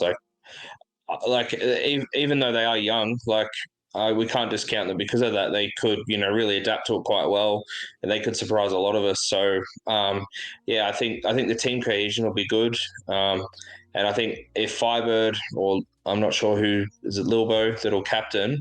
I think this team will, really, really do quite well, and they have really high potential to do well. Wax, has this team like trained together at all in preparation for pre-nats, or they just but the way that Queensland works, everyone plays with everyone. We don't play team games. We just like everyone's just playing with everyone. So and I know like Shock and Firebird always play together. Like Pug's always playing with people a little bit. But everyone's just always playing together. Like it's just a good thing that we do. But I think it will makes be it easier when you guys go to, because a lot of the time the Yeah. Queensland guys do these like mixed teams, right? And I think that's like speaks to like how you guys are able to do so well with these mixed teams is just in your training playing with different people all the time as well. Yeah, 100%. I think it will be interesting to see how like this team works because there's a lot of like star talent, like Shock's crazy, Little Bo's crazy, Pug's used to running a game. If Fulcrum, I'm speaking to him, he doesn't like sitting under a base. Like he gets rid, he wants to be scoring points. He wants to be that guy. So having 4 of those and Firebird running the game will be interesting to see how like it works. I think it'll be fine. I think they'll probably work it out. I just think it will just be a Nexus thing, and if they can work it out in time before finals, because I think this will be a team that will struggle the first day, because 2 days, 2 days they'll struggle. The first 2 days, training and Saturday, they'll struggle. But if they can work it out towards the end of Sunday, they could do really well. 100%. Well, have any of you guys got a pick for someone you're super keen to see? I personally am super keen to see Firebird back in his stomping ground, back on Nexus, just see how he goes. Obviously, like he and the Sovereign guys had I think they had a pretty impressive performance in 2018 from memory. Back in the stomping grounds, get some of that energy back from 2018. Anyway, we'll see what happens. You guys got any picks? Victus, you want to go first? Yeah, look, honestly, I want to see how Fulcrum does playing with, people that he might not necessarily have played very much with before. I know he's played with Spider a lot, and I think, he could bring another dynamic to this team. He's a great guy. I really would like to see, him really come. As you said, he doesn't like playing under bases. I'd really like to see him bouncing around like I know he can. Fulcrum. Cool. All right. Yeah. Well, best of luck to. Can I have mine quickly? Sorry. I just really want to see how Little Bo goes on Nexus. I think it'd be interesting if he if he could do well and he could move around and he's running around, like he could do well. But if not, he could just be shut down, and we're gonna see a little angry boy running around the foyer.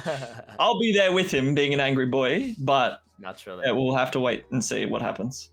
Yeah, I think the Nexus timing is more leans towards people that have fast twitch kind of quick reaction times in terms of the active player, because the way it works is as soon as that first millisecond of the sound is heard, like you can shoot them. Obviously, you can get to the point where you get the timing for it, and you're not even waiting for a sound. You just get the feel for it. But for most people, over the course of a pre-nats, it's going to be hard. But yeah, it's just reaction time, and as soon as you hear the sound, it's like da-ba! So, and I imagine when I think Lilbo, I think quick dude, quick reaction times. So I would expect him to actually do reasonably well when he's active. The hard bit is when you're deactivated and you have like 7 years before you can shoot back.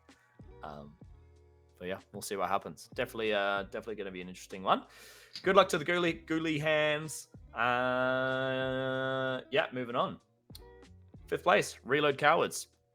I had them in 5th. Wax had them in 3rd. Invictus had them in 7th, giving the final one a 5th. So on the team, we have Runt, Celery, Twinkles, Moldy, and Cheru. Who's talking about these guys? Waxes. Take it away, bro. I think it'll be interesting. This team, like, obviously Run Twinkles just won. Their egos are at an all-time high. They're going to, be talking smack. They're going to be going crazy. They're going to want to back it up again. Just looking at Run's stats, goddamn, that's stupid. If he can, if both of them can just remember how to play Nexus again, it hasn't been that long. And he just does even half of that. That's a lot. I think it'll be interesting to see how they play with the 4. It feels like it when you look at it, it's like the 4 and Cheru, but Cheru I saw them at Nats a couple times when I was reffing and stuff. They're just short and they'll just shit on you and then just sit there. And then they'll just shit on you and just sit there. And you don't expect them to do well, but it looked like they were doing pretty well in duels. So as long as they can give good comms and do good duels, I think just having Run and Twinkles running around or whatever they decide to do. From talking to Run a while ago, I have this weird memory of him saying he wants to last line. So if Run's last lining and he goes sicko mode and then just goes and gets 2 and then comes back, what are you even going to do? I think this is a team that could just do really well. And that's why I have them 3rd. I think they have Moldy's probably, I'm going to guess, pretty good at Nexus. And if he's not, his arm will just help him. So it's fine. Celery, he has played a little bit, but I don't think he's played too much. I think it's definitely mostly H Pro for Celery. Yeah, so I think that will be interesting to see how he goes. I just think this is more of a fun team. From talking to Run and stuff, this is a team they've been planning to do for years and stuff, and they've wanted to do it for ages. So they finally get to do it, and if it goes well, they could do really well. Run and Twinkles could just carry, and they could just go crazy. But we'll have to see how they go on Nexus again after so long. Invictus, you got any thoughts on these guys? Yeah, so having another look at this team, this is probably a team I probably would have and should have placed a lot higher. The Hobart guys pretty much come from Nexus, I believe, do they not?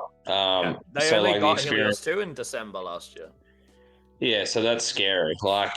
Just look at those stats. That's just insane. Celery, yeah, not exactly a Nexus native, but he still knows his way around. He's been around for ages, playing with the 1-up guys. Moldy's a freak on it as well, I'm pretty sure. And then getting to Cheru, well, she crapped on me in lore, I'm pretty sure. So she's one I definitely underestimated.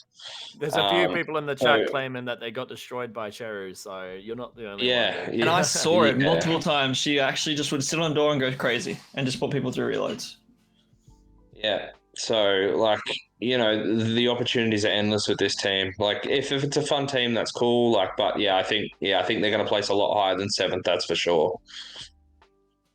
Yeah, I don't think this it will be a fun team, but these are some competitive people that will want to do well and want to win and want to go again. So 100%. They will have fun and they'll enjoy it, but I also think they're going to be trying their hardest. Yeah. Well, I don't know. Do we foresee any problems that they'll have? I don't know. It's kind of hard to say. Maybe last line, but did Celery do last line for 1-up this year? He did, didn't he? He didn't? I don't think so. No, it was more Guinea. It was a shared responsibility between Guinea and Morrow, depending on who was home, I think.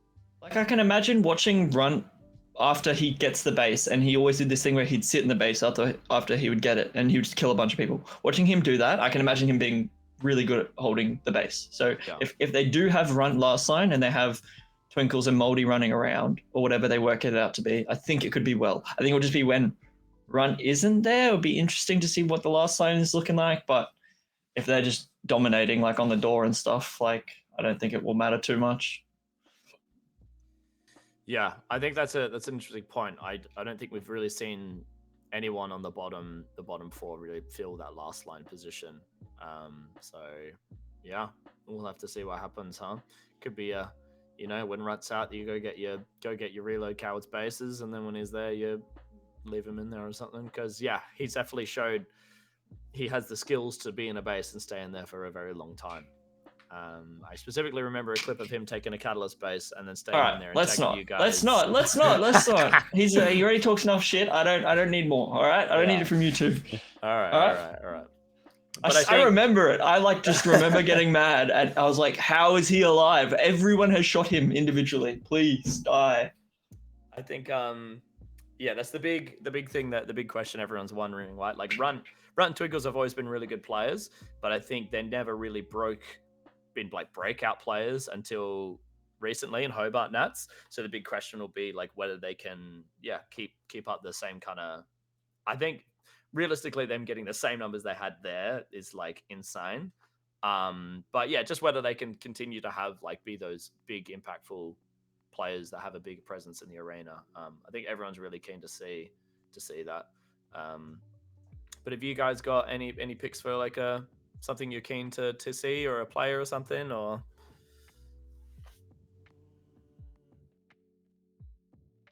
Let's see Cherry rail some more people. Like honestly, good for her. Like just do what you do best. Yeah, I think like obviously, like I was hyping up Cherry before, so I was gonna say her, but then Victor stole it. But seeing him run just dominate on Nexus could be interesting. Like if he goes full crazy and he's just keeping people down, running laps, like it would just. The maze looks like it would suit him as well, so like it would be interesting to see. I'll have to wait and see that. 100%. Well, good luck to the reload cowards, and we'll see you soon. Moving on, 4 teams left, guys. We have Aftershock. I had us predicted 3rd. 3. Wax had us in 5th. Invictus had us in 4th, giving us a final one of 4th. What's up, Wax? I just want to put in, no idea wasn't on this team when I made my predictions. So I'd probably change it now. Maybe. This team, I think, gets a little bit better with no idea on it. No, it's set.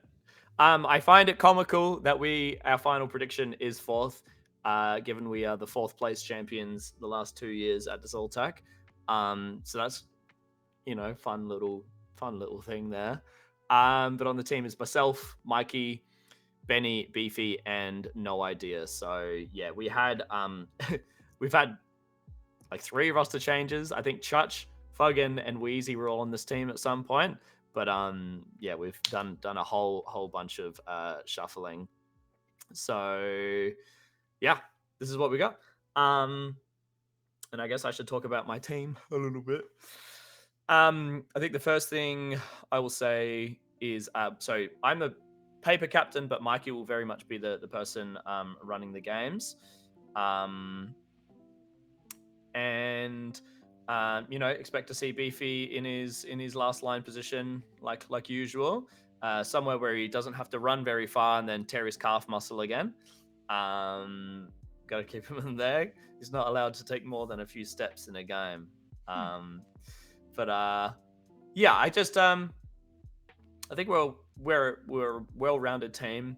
Like I think with Mikey captaining, but between myself, Benny, Seth, and Beefy, we all have the ability to last line, right? We all have the ability to brawl and door defend and comm, and none of us we're all very, very good attackers as well. Like especially Seth is Seth and Benny recently have been pretty cracked.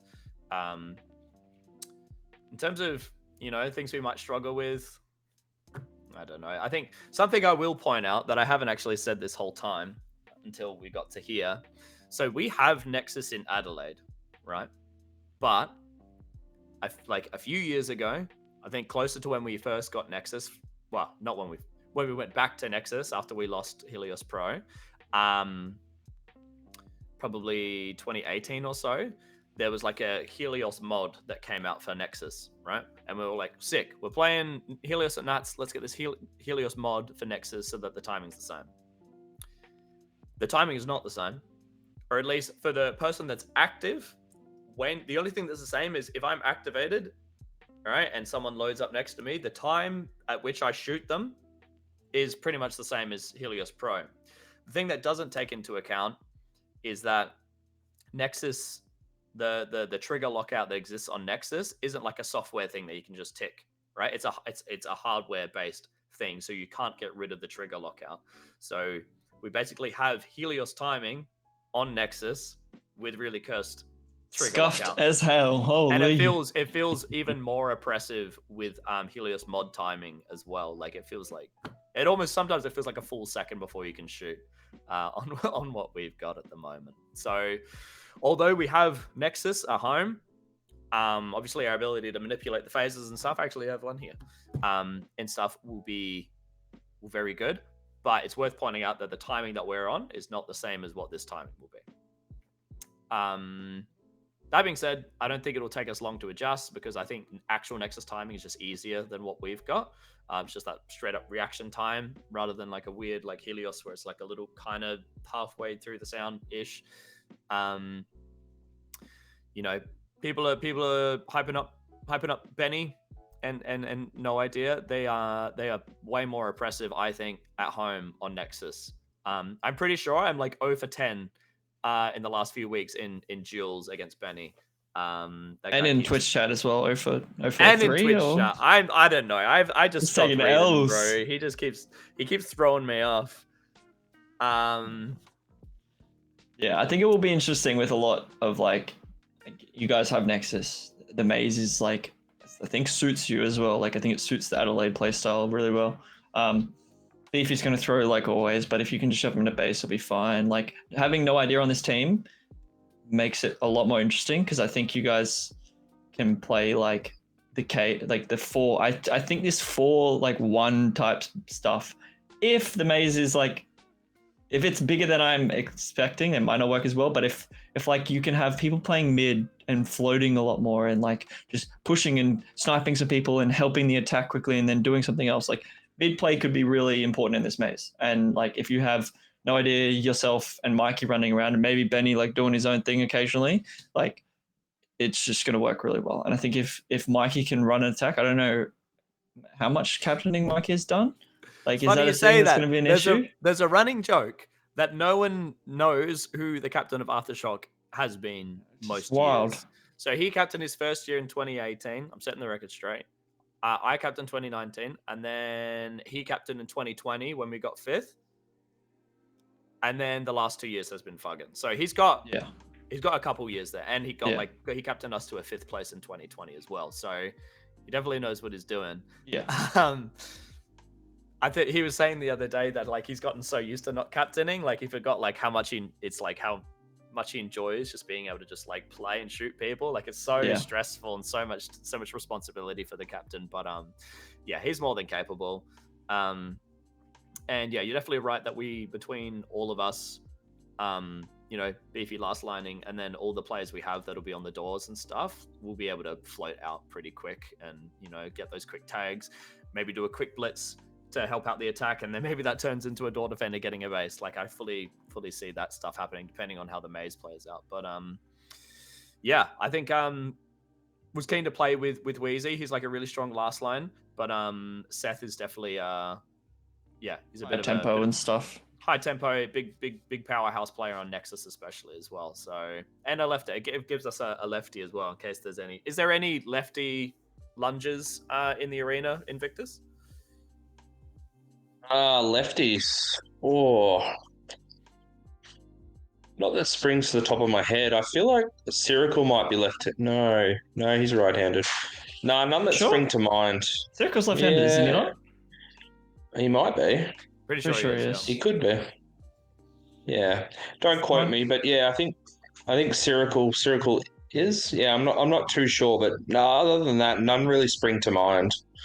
Whippet's saying maybe the Yeah, front door of green, back door of red, a lefty prime. yeah, yeah. Sharif's got it out for you, bro. Dan's got issues. He loves me too much. I don't blame him though. It's funny. Anyway, I said a lot. Have you guys got anything you would like to add? Like you guys can win. I think 100%. Like me having you 5th was because of like Wheezy's not bad, but I think that the tempo of the team goes down a lot with Wheezy on the team. But I think with No Idea, like the tempo just goes up a little bit. Beefy can sit in the base. You can have good door defenders. You can have Mikey running the game. You doing your thing, just running around like on native system. Like I think it'll be like you guys could be. Like I think the Adelaide teams are the only one that can kind of really throw a wrench into first place, like, and especially with No Idea, like I 100% I can see him being better at Nexus. Yeah, Invictus, you Like got I've anything, bro? Yeah, like I've seen you play and I've seen Mikey play and Beefy's beefy, so won't have any issues with him. But I think like if you guys can hold and play a fast-paced game, like you running around just doing crazy stuff like I've seen you do, like I think it's really gonna annoy a lot of those teams, especially around those, third, second teams. Like I think you guys will have a field day in the maze. Nexus natives, like it's gonna be so much fun. Like, yeah, I think it'll be really good to watch you guys play. Oh yeah, I'm keen as bro. Well, before we move on, do you have any picks for a stand-up player? Okay, this guy. No, you're not getting it. No, Benny's fair about to go crazy. Benny won QPL for Queensland with Spartans. Man's about to carry. Man's about to carry your ass. He probably will. He's been doing really well. Ken's told him all his strategies. He's just going to tell Mikey to F off. I'm running the game. Benny's just going to go do his own thing, and like you guys are just going to be like, go to the promised land. Easy clap with Benny. I reckon you've just told the future pretty much. This is all the discussions we've had. Invictus, you got one, bro? Like I think everyone on this team are good players, and I think it's just gonna be awesome to watch you guys play as a whole. Like, you guys are all standout players in your own way. But yeah, I really want to see this team play in this arena.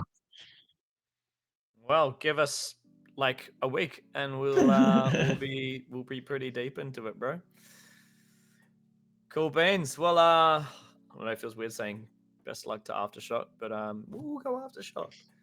All right, we're Not get moving on fourth to our- place. Don't get fourth place. I don't know. Like it would be really funny, but I would also be so cut.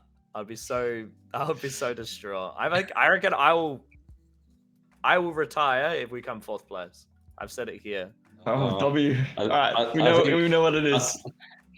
I think that word's been thrown around a bit the last couple of years by a fair few people. So Yeah. I think I say it every year, so it doesn't mean anything anymore. It means nothing when someone says they couldn't quit.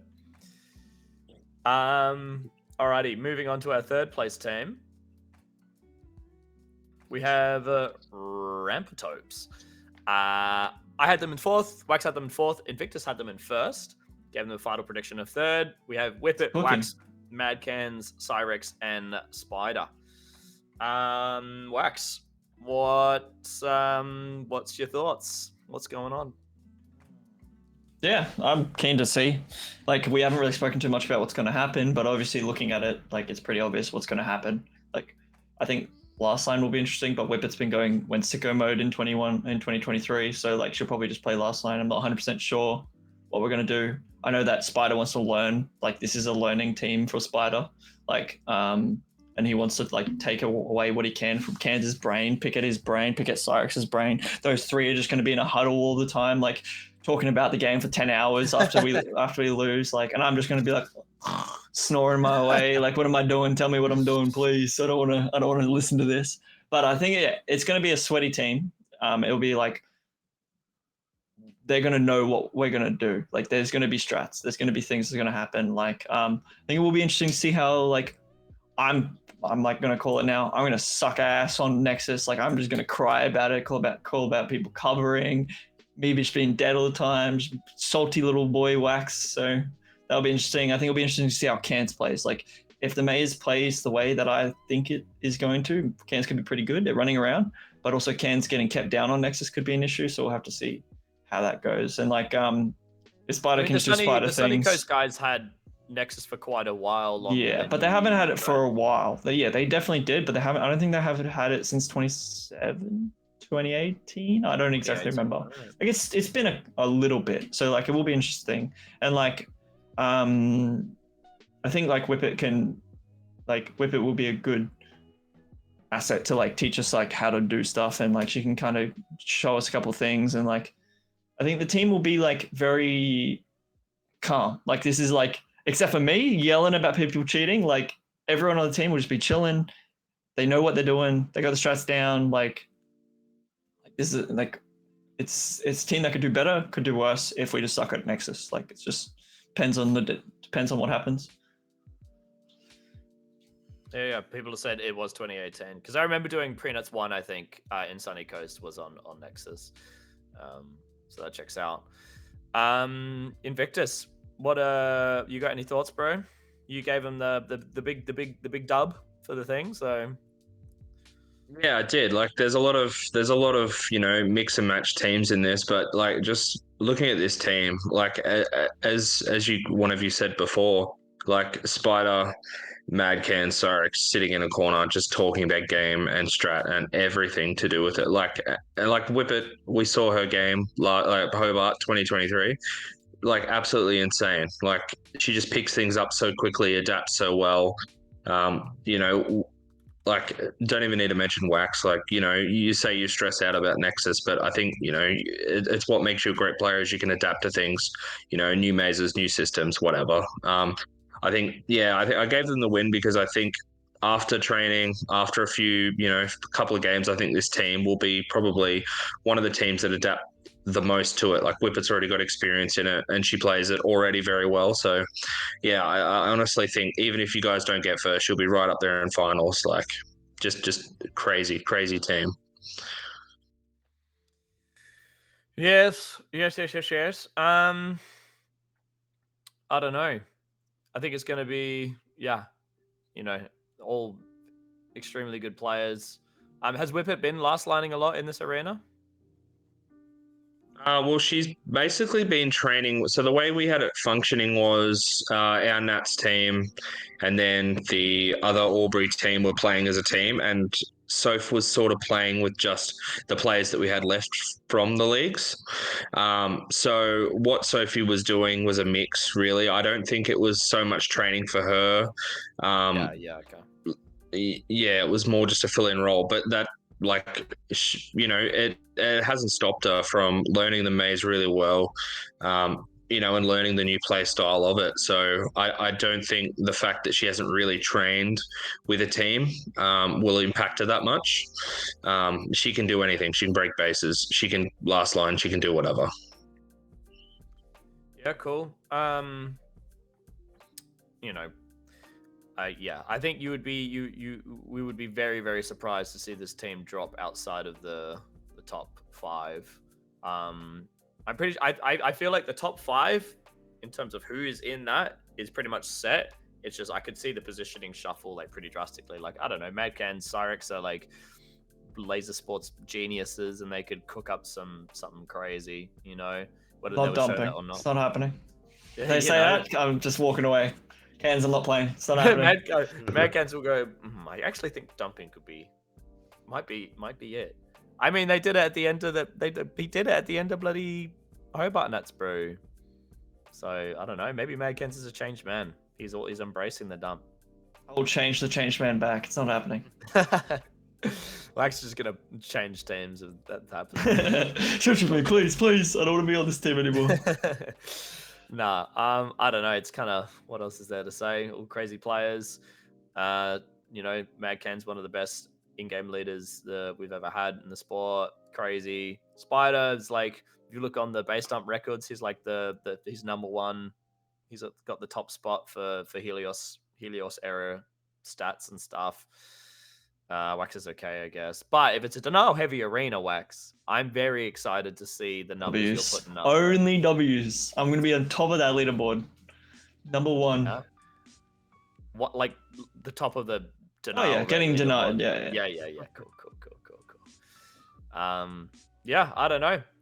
Invictus, you gotta shout out a player that you're really excited to see, or someone you think is going to do exceptionally well.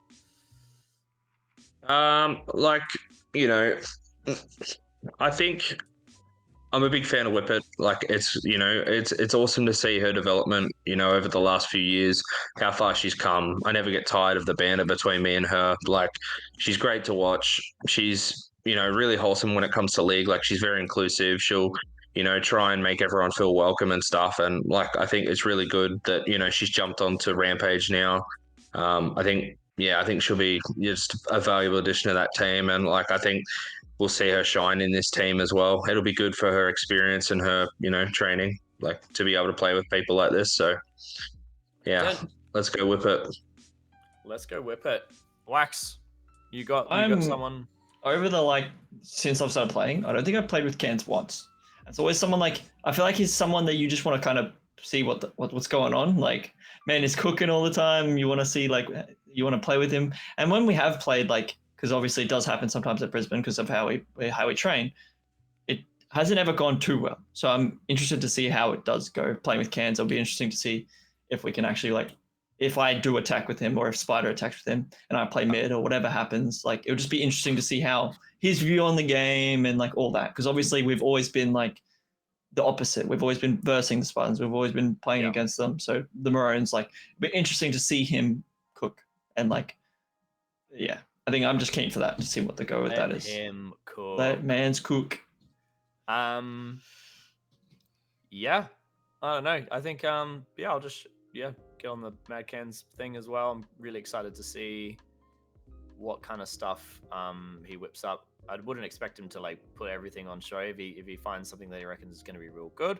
Being the competitor he is, but that's gonna be exciting. And I think what's interesting about this team is I think this is probably the least Spider has ever been talked about on a team that he's on.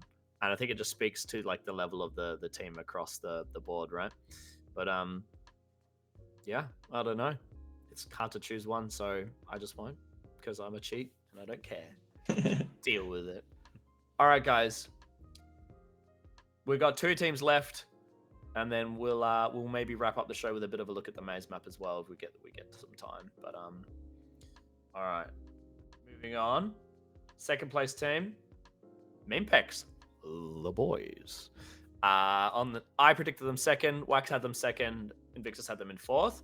On the team, we have Memeless, Marmaduke, Bonfire, Ninja, and Jam. I suppose I'll talk about these guys. In terms of strengths, the attacking firepower on this team is kind of crazy. Kind of insane.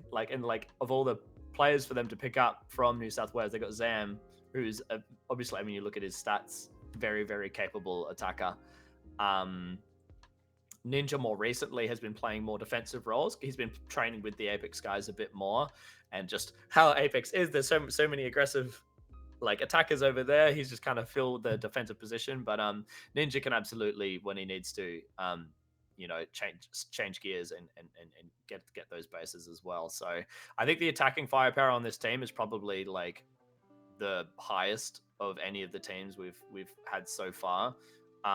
Memeless and Marmaduke, in my opinion, are one of the best attacking duos we've ever had. They're brothers.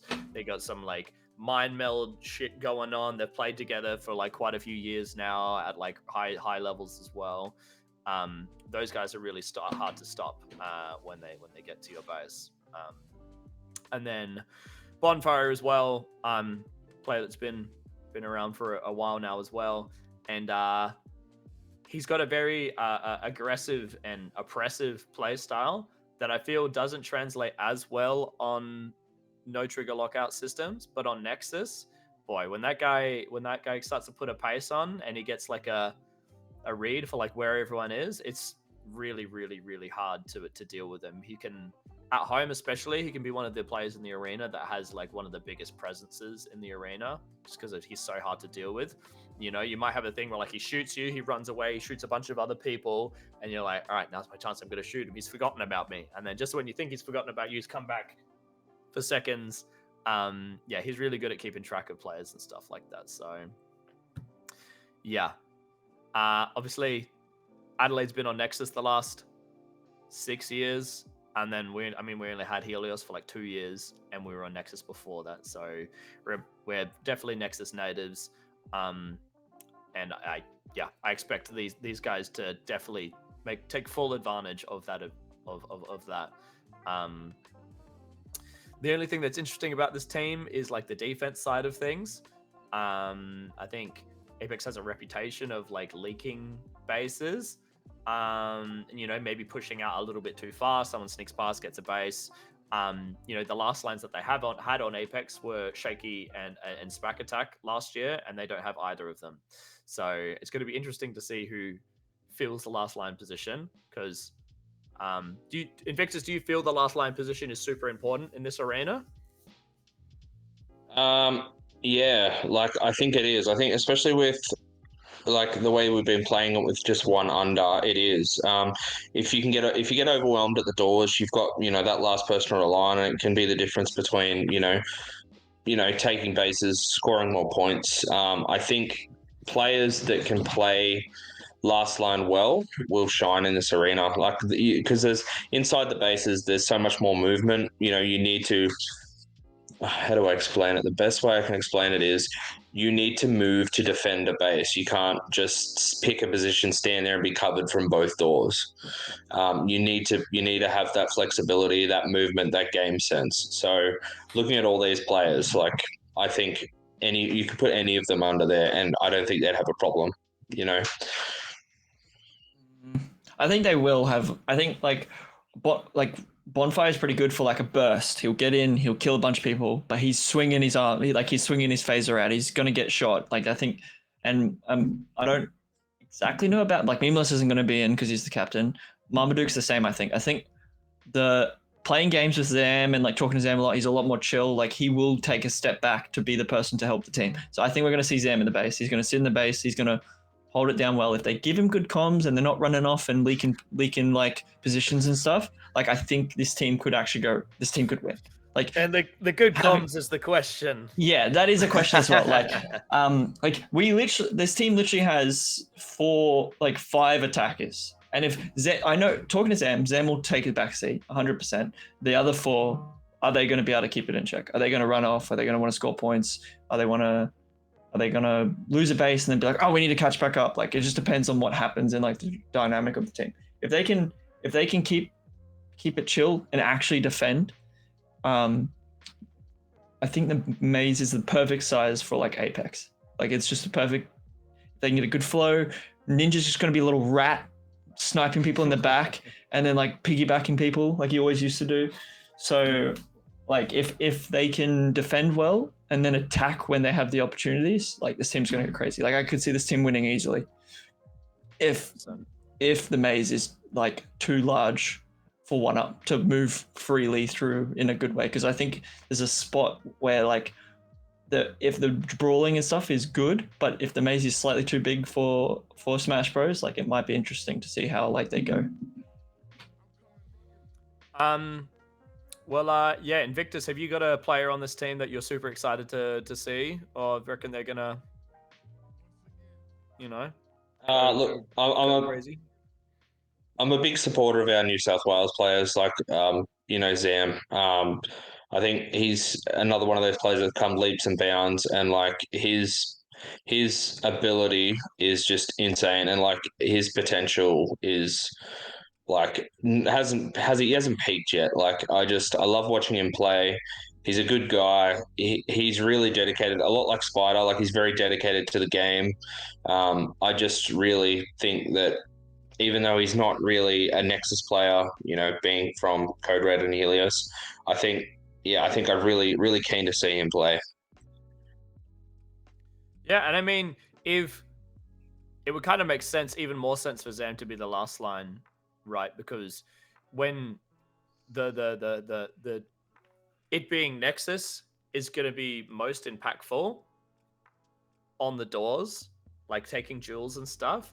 And it's like for the people that are in the last line position, it probably matters the least, right? Because you're not going to be out timing people. It's just like your fundamental like paneling and decision skills and stuff. So it definitely the him not being a Nexus player, if they can just put him in last line and he's doing well, it can kind of deal with that disadvantage as well. I think there's like looking at the team, there's no need for him to play anything else. And if they're there to win, I think that'd be the best spot for him. Is just as you said, paneling, defending, holding the base. He's flexible, he's fast, he's quick. He knows what to do. His comms are insane. His ability to hear and listen and know what calls to listen to, what decision to make is just impeccable. So yeah, I agree with you there. And he's got a good mindset, so he will just take a step back. I think that's the biggest thing. Where I don't see anyone else on this team taking that step back. If it is a 30 base game, it might start getting that's good for them. But if Zam has to come out of the base, I think it will be a little interesting. I think that'll be fine, but I think it will be interesting. Seeing Bonfire go crazy on Nexus is about to be like a dream. This man is about to absolutely destroy everyone and just not even care. Just go crazy. If he plays like he used to play on Nexus, oh my gosh. Yeah. It's not going to be fun. I have a feeling he's going to, do very well. And I'm just going to shout out the Waller brothers. I feel like Hobart, they just really couldn't get their footing for one reason or another.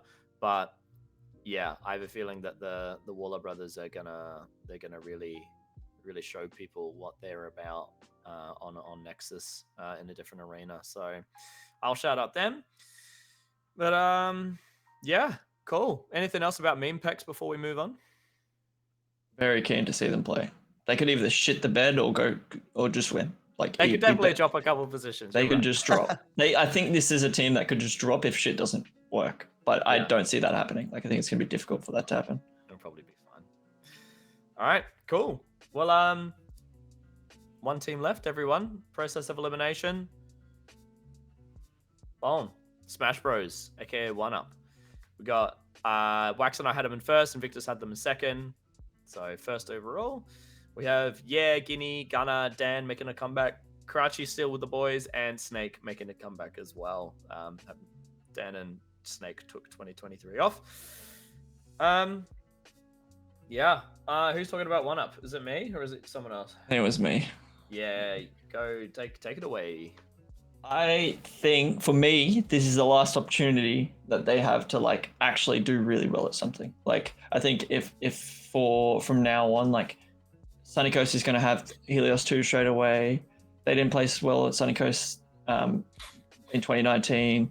I think this tournament, if 1UP can win this and win it decisively, which I think they can on Nexus, and if the maze suits them, which Invictus talking about it more, I'm kind of doubting it now. It's going to suit them as much, because if they do have to kind of move around on the doors more and not just absolutely dominate someone, it might be more difficult. And the maze, the sizing of the maze, hearing Invictus talk about it has made me kind of rethink, but it might be okay. It just depends if they can get a good flow of the maze, good understanding of the pushing and pulling, have a good structure. Crouchy being added to this team is really good. He can just run attack, and him and Gunner can just run around and go crazy. Depends on if is I don't know what their attack's going to look like, but if it's anything like this year, it's just going to be Crouchy and Gunner running around going crazy. And if they can get a roll on Nexus and start getting their groove on, it's just a last line thing. I think Snake's probably going to be their last line. I remember Snake last lining in a lot, and if he can get a hang of it, and I know he's really good on Nexus, so if they can just go back 10 years and just remember how to play, I think they can do really well. But if the maze doesn't suit them, it's bigger than I think it is, then I think they could also struggle a little bit, depending on the pushing and the pulling and all the things that 1UP always have problems with. But if they hit the ground running, they could just easily dominate people. Now Snake's in the chat. Snake was on that famous wank team, and I believe their record was second, first, second, and I'm pretty sure maybe not the first, second, but the first, second was on Nexus. So he knows Yeah. his way around the system. Obviously, might not have played it for a long time, but They're all washed old men there now, they're so all like washed old men. they gotta kick back a little bit. Yeah, and then I think I would definitely see Dan or Snake taking that last line position. They'll probably just try a few different things out, and see who does well on the bases. But I think they're definitely the players that are like, all right, you guys do your thing. We'll sit back and chill a bit. Yeah, I was right. So the Wank got the second on Infusion, and then first, second on Nexus. So knows his way around the system. And like looking at all the stats, like all their stats are like pretty even. Like they're all close to ones. Like if they can just keep that, if they can just do that and just get a flow of the maze, like this team could just win by just having like a good team across the board. And if they can hold it up, like they just depend on the maze and how they adapt to it and stuff. Yeah, Victus, you got anything to add? Have you seen the one up guys like there at all? It's not like it's right next door, but it's definitely closer than a lot of other people are, right? Yeah, so over the last fair few years, like I've been around since 2015, so I've had a few opportunities to go down to Bendigo.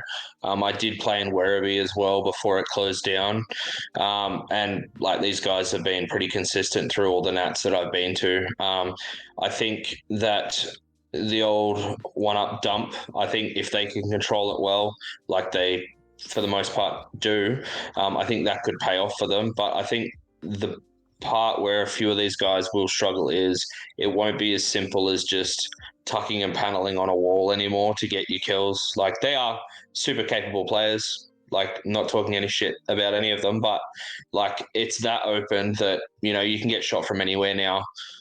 So they need to remember that, especially if they do decide to go down that dump road. It's a very versatile team, like across the park, as Wax said, like they're all very even. I think the key to them, if they want to take this out, is consistency. Do what they do well, and yeah, just keep at it. Consistency. Yeah, and I think talking about like how oppressive Nexus is, one up are, in my opinion, all like better on Nexus. Like they had Nexus in Werribee before it closed down, which they got Helios Pro in their sites they play at, like Bendigo, and like I think they've got a Werribee time zone or something now that they play at sometimes. But yeah, they definitely spent most of their time on Nexus at home. So even if they haven't played Nexus in a while, they'll transition back to it very quickly. And all of their play styles, in terms of specifically like brawling and dueling and stuff, yeah, they all know what they're doing with that. Yeah.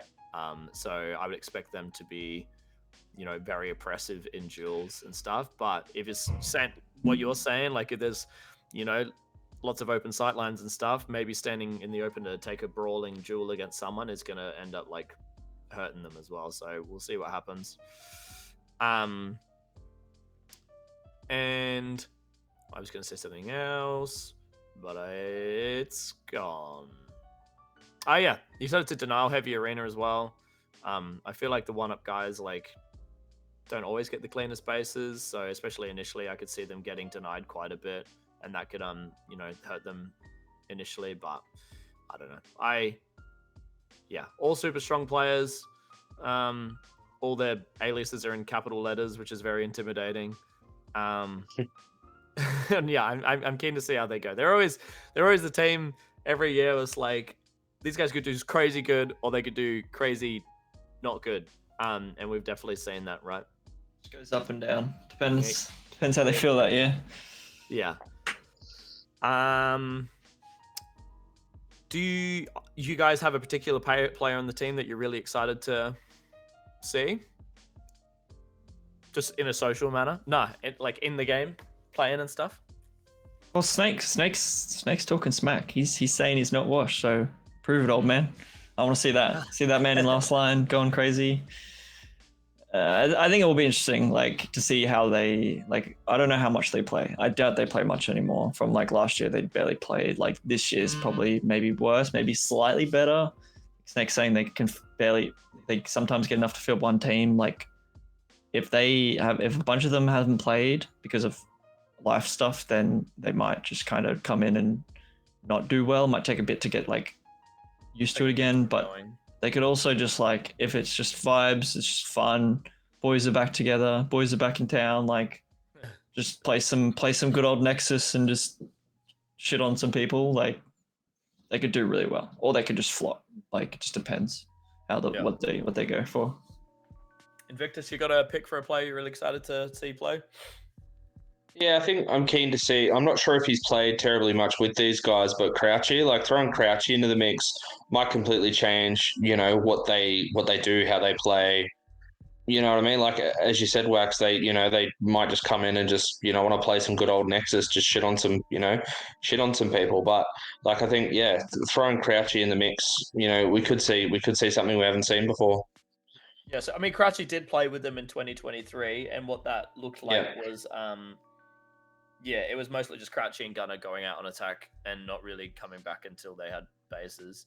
I distinctly remember we ended up losing this game anyway, which was criminal, but we first won up at Nationals, and I remember I went out, I got both my bases, I came home and I was door defending, and I swear it was Gunner and Crouchy dueling Chutch and I on the doors for at least 6 minutes, and they didn't get in. And they still bloody won the game. I had no idea how that happened. I think we shat the bed royally, but it's definitely Gunner and Crouchy go out and they don't really come back until they have both. I think is kind of the vibe, and they definitely have the ability to get them. So yeah, and I don't think that's going to change yet. But like, it might be even worse if they aren't as good at Nexus / getting denied, because Invictus saying that the deniers are pretty easy to get. So it will be an interesting thing to see if they just get denied a shit ton, or if like they just get stopped, like they just hit a wall and they just keep running at the wall until they're dead and the game's over. Yeah. Have you guys got any last things you want to say about Smash Bros before we kind of wrap up the show a bit? Nothing from me. Show us, Snake. Show us what it is that you're not washed. I want to see it. Let's see it, huh? Okay. Well, there it is. There's the final predictions. Yeah. Obviously, if you're not happy with where you were predicted, that's an opportunity for you to kind of prove the predictions wrong. You can use that as fuel and be like, yeah, we proved LSA wrong. Take that. And I'm all for it. If we're there to provide that motivation for you, then that's good. But once again, this was like the hardest tournament for me to do the predictions for, because all the teams are like it's not going to look like this. 100% it's not going to be like this. No, there's so many X factors. There's so many like teams with really good players, but mixed teams or whatever. I would be very surprised if our predictions are even remotely close. But we've done our best. Did I have another slide? Nah, that's it. Stop sharing that. I think before we wrap up, Invictus is going to tell us about a little, give us the scoop on a small arena change that's happened. And then we'll wrap up the show just because we have gone for a little bit. So from what Invictus was saying, you can correct me if I'm wrong, sir, but this front door of red right here, right on the edge, there's a panel that goes diagonally inwards towards the base here. A 600 mil one, you said? Yep, so I've got the very poor diagram here with me. So I was wrong when I said it was a 45-degree angle. So basically what has changed is the right-hand side of the door has been, so the 600 there has been moved onto the edge of the box. So basically it's like the doorway's changed. So you can't stand on that edge and so it's basically, the 600 from there has moved across there. So basically it's just the door that's changed, but it's to stop players from standing right on that edge and just basically as soon as you're spawning, killing box. It just makes it a bit easier to defend and a lot easier to defend from what we've worked out, but that's the only change that we've made, and that was only made on Wednesday. Yeah, right. Do people not play this kind of area very much as the last line? Yeah, so that's generally where we found it to be the best because there's a wall there that is actually a half wall, or like it's an open wall, a half wall. Yeah, that one. On the bottom. Yeah, that wall there is What? half, so you can, yeah. Oh god. God Yeah. damn. So, yeah, we really try to move away from just static defense, like just popping two under, and that's the defense of a base. We've really opened it up more, and moved it around. I still So I know think there's like a lot. you could definitely still get away with holding 2 in by the looks of all these bases. Like it might be a bit scuffed, but you can hold 2 in at blue. It looks like you can hold 2 in at green, and red could be a bit scuffy, but I think you could do it. Maybe. We'll have to see though. Well, there's a lot of Albury players that are keen to get the pre-nats in and really test it, push it to its limit. Yeah. Well, I think we'll wrap it up there, gentlemen. Before we do, don't look at the time, and I want you to guess how long we were running for. Too long. 3 hours.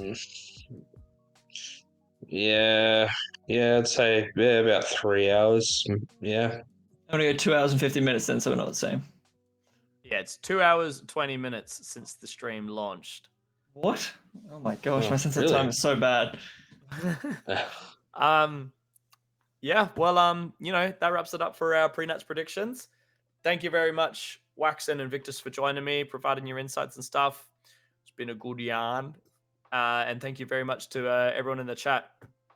It's cool, even if a lot of it is just crap talk or whatever. It's cool to see like everyone having a good time in the chat. So thank you to you guys. It'd be pretty sad and awkward if we were just sitting here talking to no one. So thank you very much. Wax, Invictus, have you got any last things you'd like to say before we sign off? Not keen for next just keen to see everybody down for pre-nats in a week's time. Like it's going to be awesome. Really looking forward to having H2 for pre-2. Don't quote me. Don't take my word as gospel. But it is. You said it online. That's how that works. It is what it is. Yeah. Okay. Well, yeah. I think it'll be even so much more fun with H2, and everyone at Albury is keen to see you all.